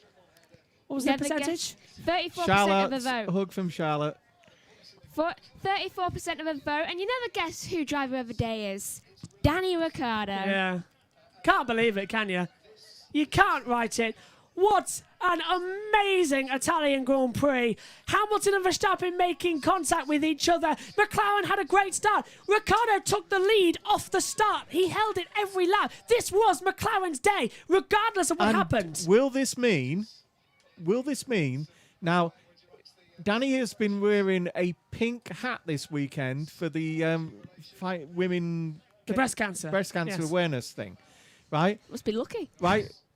With him being superstitious, will he keep that pink cap the rest of the season? I think. I think he might. Ted wants one of those. He said he was going to buy himself one. Oh, worth it. We'll have to have a look and see where they are. Which usually means, McLaren, will you give me one? Nah, Ted buys his stuff. Have you seen his sandals? What do you mean? You've got them as well. I'm not wearing them now. You're not wearing them. I can't get my leg up that high. You have his open top sandals. Yeah, but I've got trainers on at the moment. You always say. There's Zach. There's Zach. Best Monday morning I've had for quite some time, says Beth. Good racer himself, Zach, in his day, wasn't he? Oh, and also don't forget, I think it was Adam who said it as well. Andrew Seidel there. If Danny Rick got a podium this year, he gets a drive in Dale Earnhardt's number 3 car. He's got a victory as well. Yeah. He wants that car. Of course, Andrew Seidel, was it Audi he was the boss of before this? Where? Yeah, Shuey, of course. Yeah. Let's have Valtteri Bottas with David Coulthard. First in the sprint race yesterday, third today from the back of the grid. Talk us through the race. Oh, great drive. I mean, starting from the back, it's never easy, and I told the team that I'm going to be on the podium today, so we did. So I'm glad we could get more points than Red Bull. Yeah, like he was going to say Lewis. We maximised from where I started, and obviously is that his last podium? With the crash with Lewis and Max, we lost some points there, but from my side, yeah, it was good fun. Did you mention that crash? Did you see it at all on the big screens? I didn't see really what happened. So. Okay, well, I think I'll be curious to hear your opinion after it, because it's been wheel to wheel with those guys all the time. But focusing on your race, we now go to. Here he is, look. Russia. Actually, we've got a replay here for you if you want to see it for the first time. Classic down the inside that becomes a bit messy as they take the second one. Any initial comments? And that, kids, is how Formula 1 cars are born. I don't know. It's unfortunate. Thank you. Thank you. I understand it takes the time to digest that, but this debate will go on for some time. Ahead of 2 crashes in one season. I guess you just focus on finishing out your career in Mercedes with the best results. It's unusual. Yeah, thanks. I mean, it's a strong weekend from my side. Pace has been good, so it will be nice to have 1 week of rest, and there we go again. Okay, thank you, Valtteri. Congratulations. It's happened again. That's what I love about it. And let's hear from Lando Norris. Has he been crying? It looks like he has. Congratulations, big smile. Very important day for McLaren. Listen to the crowd, to the reception for Lando. McLaren are the only team to get a 1-2 this season. Oh, Lando, you're always number 1 in my heart. I know you would have preferred that little girl that had you there. were winning it, but this is a big moment for the team and your journey with ladies. Yeah, first of all, big thanks to everyone, all of the fans, all the team. We've had a pretty awesome weekend. Oh, the second time they've touched it, actually. I guess, like, 4 years ago I joined the team. We've been working towards this. 4 years, seriously? We got a 1-2 finally, so yeah, a good step for us. I'm happy for, of course, Daniel getting the win and me in P2, so just happy for the team. Well, that's great, but you are a racer, and we did hear you on the radio giving Daniel the hurry up. Was it a moment where you were hoping that maybe it could be like earlier in the year in Imola, where Daniel moved to one side and you could have came through for the victory? Of course. Yeah, you've been in that position before where you want to go for it, but I'm also here for the long term. I'm here for the team, and top driver there. Up like the other 2 ended up. So DC obviously didn't hear him actually say, "Shall I stay second?" Yeah. I love my chance in the future, so all good. Very mature, Lando. Fantastic. Isn't Congratulations. Lando first driver as well? Not anymore. I didn't answer your question there. Should we hear from the Honey Badger, Danny Ricciardo? Here he is at DC. Can I swear? I want to swear. No, you can't swear. About time. About bleeping time. Yeah, welcome back. Thank you. Thanks. Oh, wow. Yeah, You got a great start. This was crucial. This is where it really happened for you at the start. Talk us through. He's led from the start. Yeah, this has been his day completely. I mean, obviously it worked well for me yesterday, and I knew, to be honest, even if we got the start, it was never a guarantee would lead the whole race, but was able just to hold firm out front the first stint, and I don't think we had like mega speed, but it was enough just to keep obviously Max behind, and then I don't know, there was safety cars, there was this and that, but to lead literally from start to finish, I don't think any of us expected that, but I don't know, there was something in me on Friday. I knew something good was to come, so let's just say that. Well, whatever that was in you on Friday, you want to keep that for the next events, because this is a big day of celebration for you as a driver at McLaren, for McLaren. Get on with it, DC, come on. But we've been waiting for you to show this kind of pace and performance, so put us in that car. The last couple of races have been strong for you. Yeah, I've just been a sandbagging SOB the whole year, that's all. Oh. I mean, thirds, fourths, fifths, you might as well just win, so that's what I did. He's abbreviating now. You know, honestly, the August break was good, just to reset, so I felt better the last 3 weekends, and I mean, yeah, to not only win, but to get a 1-2, it's insane, you know, like, for McLaren to be on the podium, it's huge, let alone 1-2, so last time he won. this is for... His mum and dad were there, weren't they? Team Papaya. Monaco. I'm seemed to be his strong point. Words. Well, look, if you can't have a Ferrari victory for the Tifosi, you have your Italian roots. So, a little word to the Italian fans here. Yeah, ho visto Charles in secondo posto e ho pensavo forse una... Oh, I actually didn't realize you spoke Italian. I'm sorry. Yeah. I'll give the crowd what they want. Ho pensavo c'era una Ferrari sulla podio oggi, ma ok, comunque spero un nome italiano abbastanza bene. Grazie mille. Salutami. Oh my God, where's that come from all season long? As I said to you yesterday, his name is Danny Ricciardo. Yeah. Absolutely. Fair point, to be fair. His dad's Italian. I'm going to leave. Go and enjoy it, Daniel. Go and enjoy it. Congratulations. Nice what one, a Danny race. Rick. What a race. Now, I'm trying to get this alongside here, actually. I love how they focus on his shoes just to see which one's going to be the shoey. Yeah, which one is it going to be?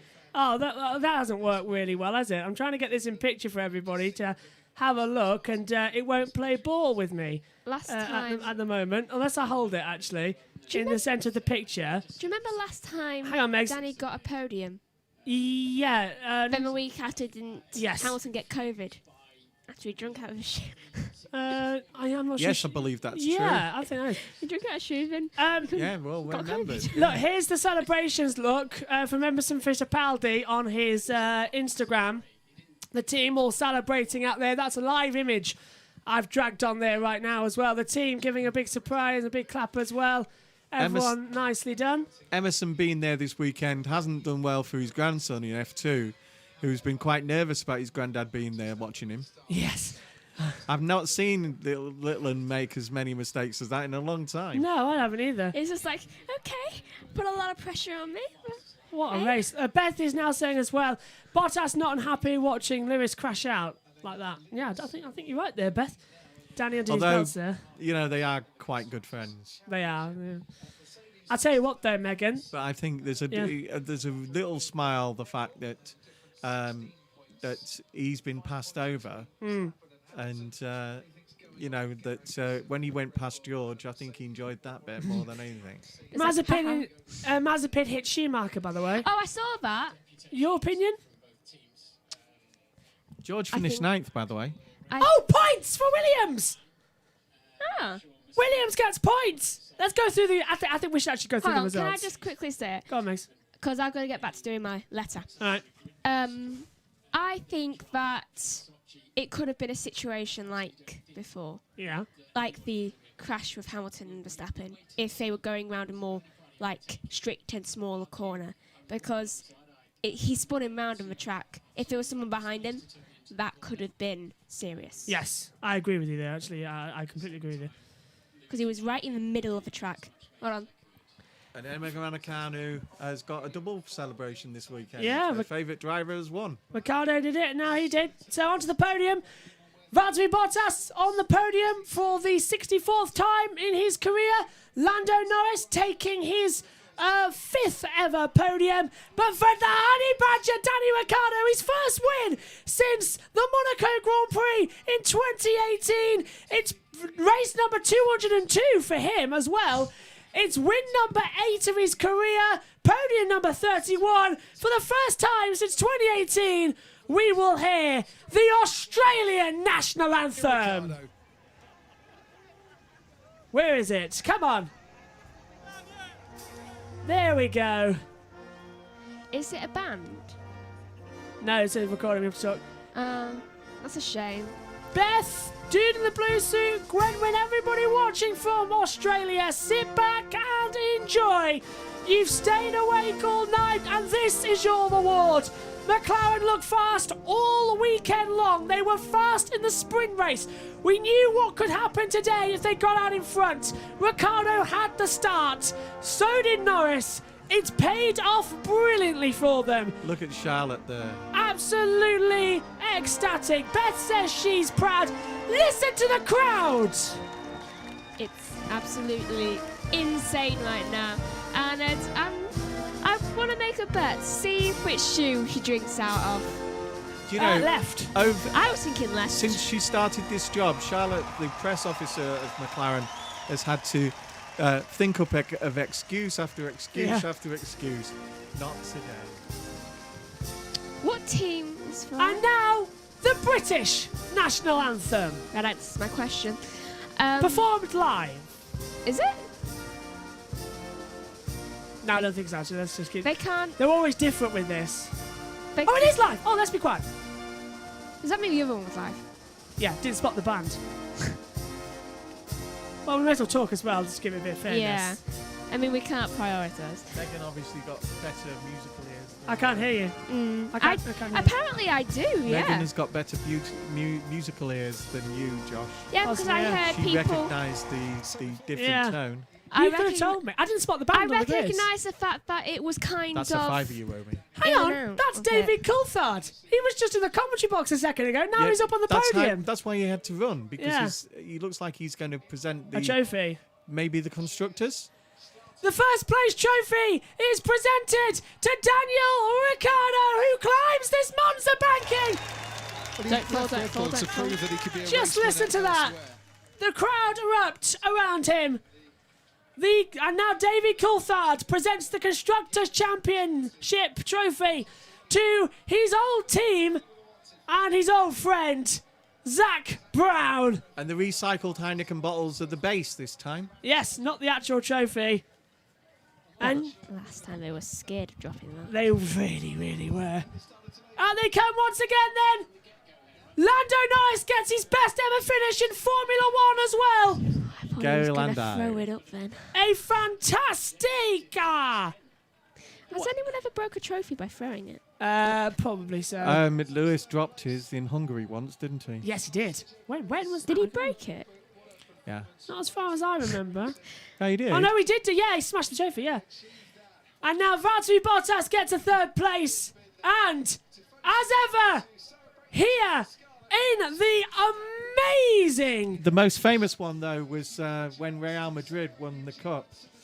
It's champagne time! What a fantastic venue at Monza! And once again, it has delivered a fantastic race. McLaren looked set all the way throughout. They took the lead at the start with Danny Ricciardo. They had a better pit stop strategy. It worked out. A slow stop for Verstappen, 11.1. A slow stop for Hamilton, 4.2. That resulted in him and Verstappen making contact. It hasn't been gifted to them by the two crashing out. This has been theirs all day long. He's taking it off And Daniel Ricciardo takes off his right shoe. We're both wrong. Just make sure it's clear.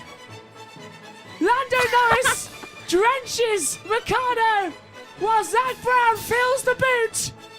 Danny Ricciardo holds it aloft, says cheers, and drinks the shoey. What a race. And that is pure redemption. He even throws the shoe. What a race. And now the left boot will also come off for Zach Brown, for Lando Norris, and presumably Valtteri Bottas as well, which is not going to be nice, is it? There's Zach. Lando's doing a shoey. Lando puts it aloft and does the shoey as well. Drinks out of the shoe. Doesn't like that, does he? Nearly boat. Swallow Lando. Oh, he didn't swallow. I think he spat it out. No, he didn't. No, he spat it out. It's just some of it. And now Danny Rick's saying, yeah, and Zach Brown gets it poured in as well. And does a shoey. Is Valtteri going to do one? I don't think Valtteri What's would. that? Nico Rosberg did one. He's offering it. Andrea Seidel. He's doing it. I think he's doing it. Is he doing it? No, he's not. No. Is he doing it? Andrea Seidel there. We're grateful that he's not there. Yes.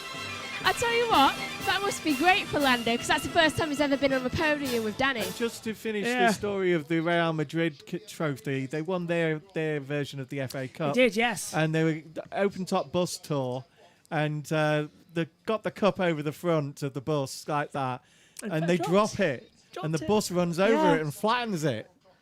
What Amazing. a race. Right, let's quickly confirm how they finished, because even I don't know this full result yet. We know the top three. It's Danny Ricciardo victorious, from Lando Norris second, and Valtteri Bottas finishes third. Fourth for Charles Leclerc, fifth for Sergio Perez with that 5-second time penalty. Carlos Sainz goes sixth, Lance Stroll seventh.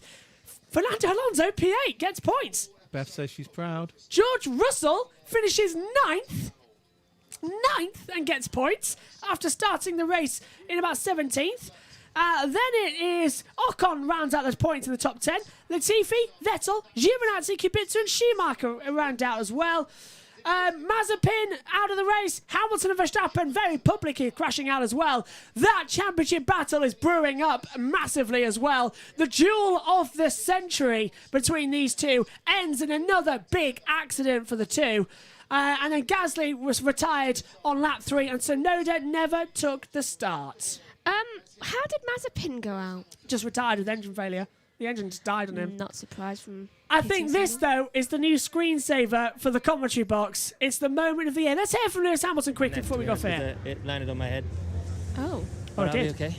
Can I get your view of the incident that took you both out? Just from what I remember, I mean, I was racing as hard as I could. Finally got past Lando. Yeah. I was in the lead, or time-wise, they told me I was in the lead, so they pitted me. Pit stop was Danny obviously was. slow. The net lead. Lost The a couple net seconds, lead. and I think a second and a bit, whatever it is. He had a 4.1 second stop. The rear left wouldn't work. Same Came way out. just happened. I saw that I was really confused Daniel when they came took past. one of Max Lando's was times coming. away from him. I made sure I left I thought, Carlsbeth on the shouldn't it outside be for a him. penalty rather I went than into turn taking 1 and I away was time? Warnings. And I was ahead going into turn 2, and then all of a sudden he was on top of me. So He's saying that you didn't leave him space. Could he have done what you did on lap 1 and what you did in Imola, go to the curbs? Absolutely. I mean, is exactly the same scenario that happened in turn 4. Okay. I went round the outside. Which is what I said as exactly the well. same position, Yeah. But I gave way, and that's racing. He gave way, but Verstappen didn't. Okay, right, we'll wrap up, so stay where you are for just a second. Right, driver of the day. It's a fairly short debate. Megan, driver of the day. Danny Rick. Dad. Danny Rick. Yeah, Danny Rick. We'll be back at, I'll be back 4:30 for the Grand Prix review as well. In fact, no, I'm going to cancel that. Grand Prix review will air after IndyCar because we need to find out the result of this penalty with Hamilton and Verstappen. That could take all night. So the Grand Prix review will air after the IndyCar race. So next, join me and Adam and Ben and Joe for the Grand Prix of Portland at IndyCar. We are live on the Grid Network and here on this YouTube channel as well. But what a crazy, crazy race. It's all gone massively wrong in the championship. It's all gone massively right for Danny Rick and McLaren. Their first win since 2012. Danny Ricciardo and McLaren back on top. Bye to you all.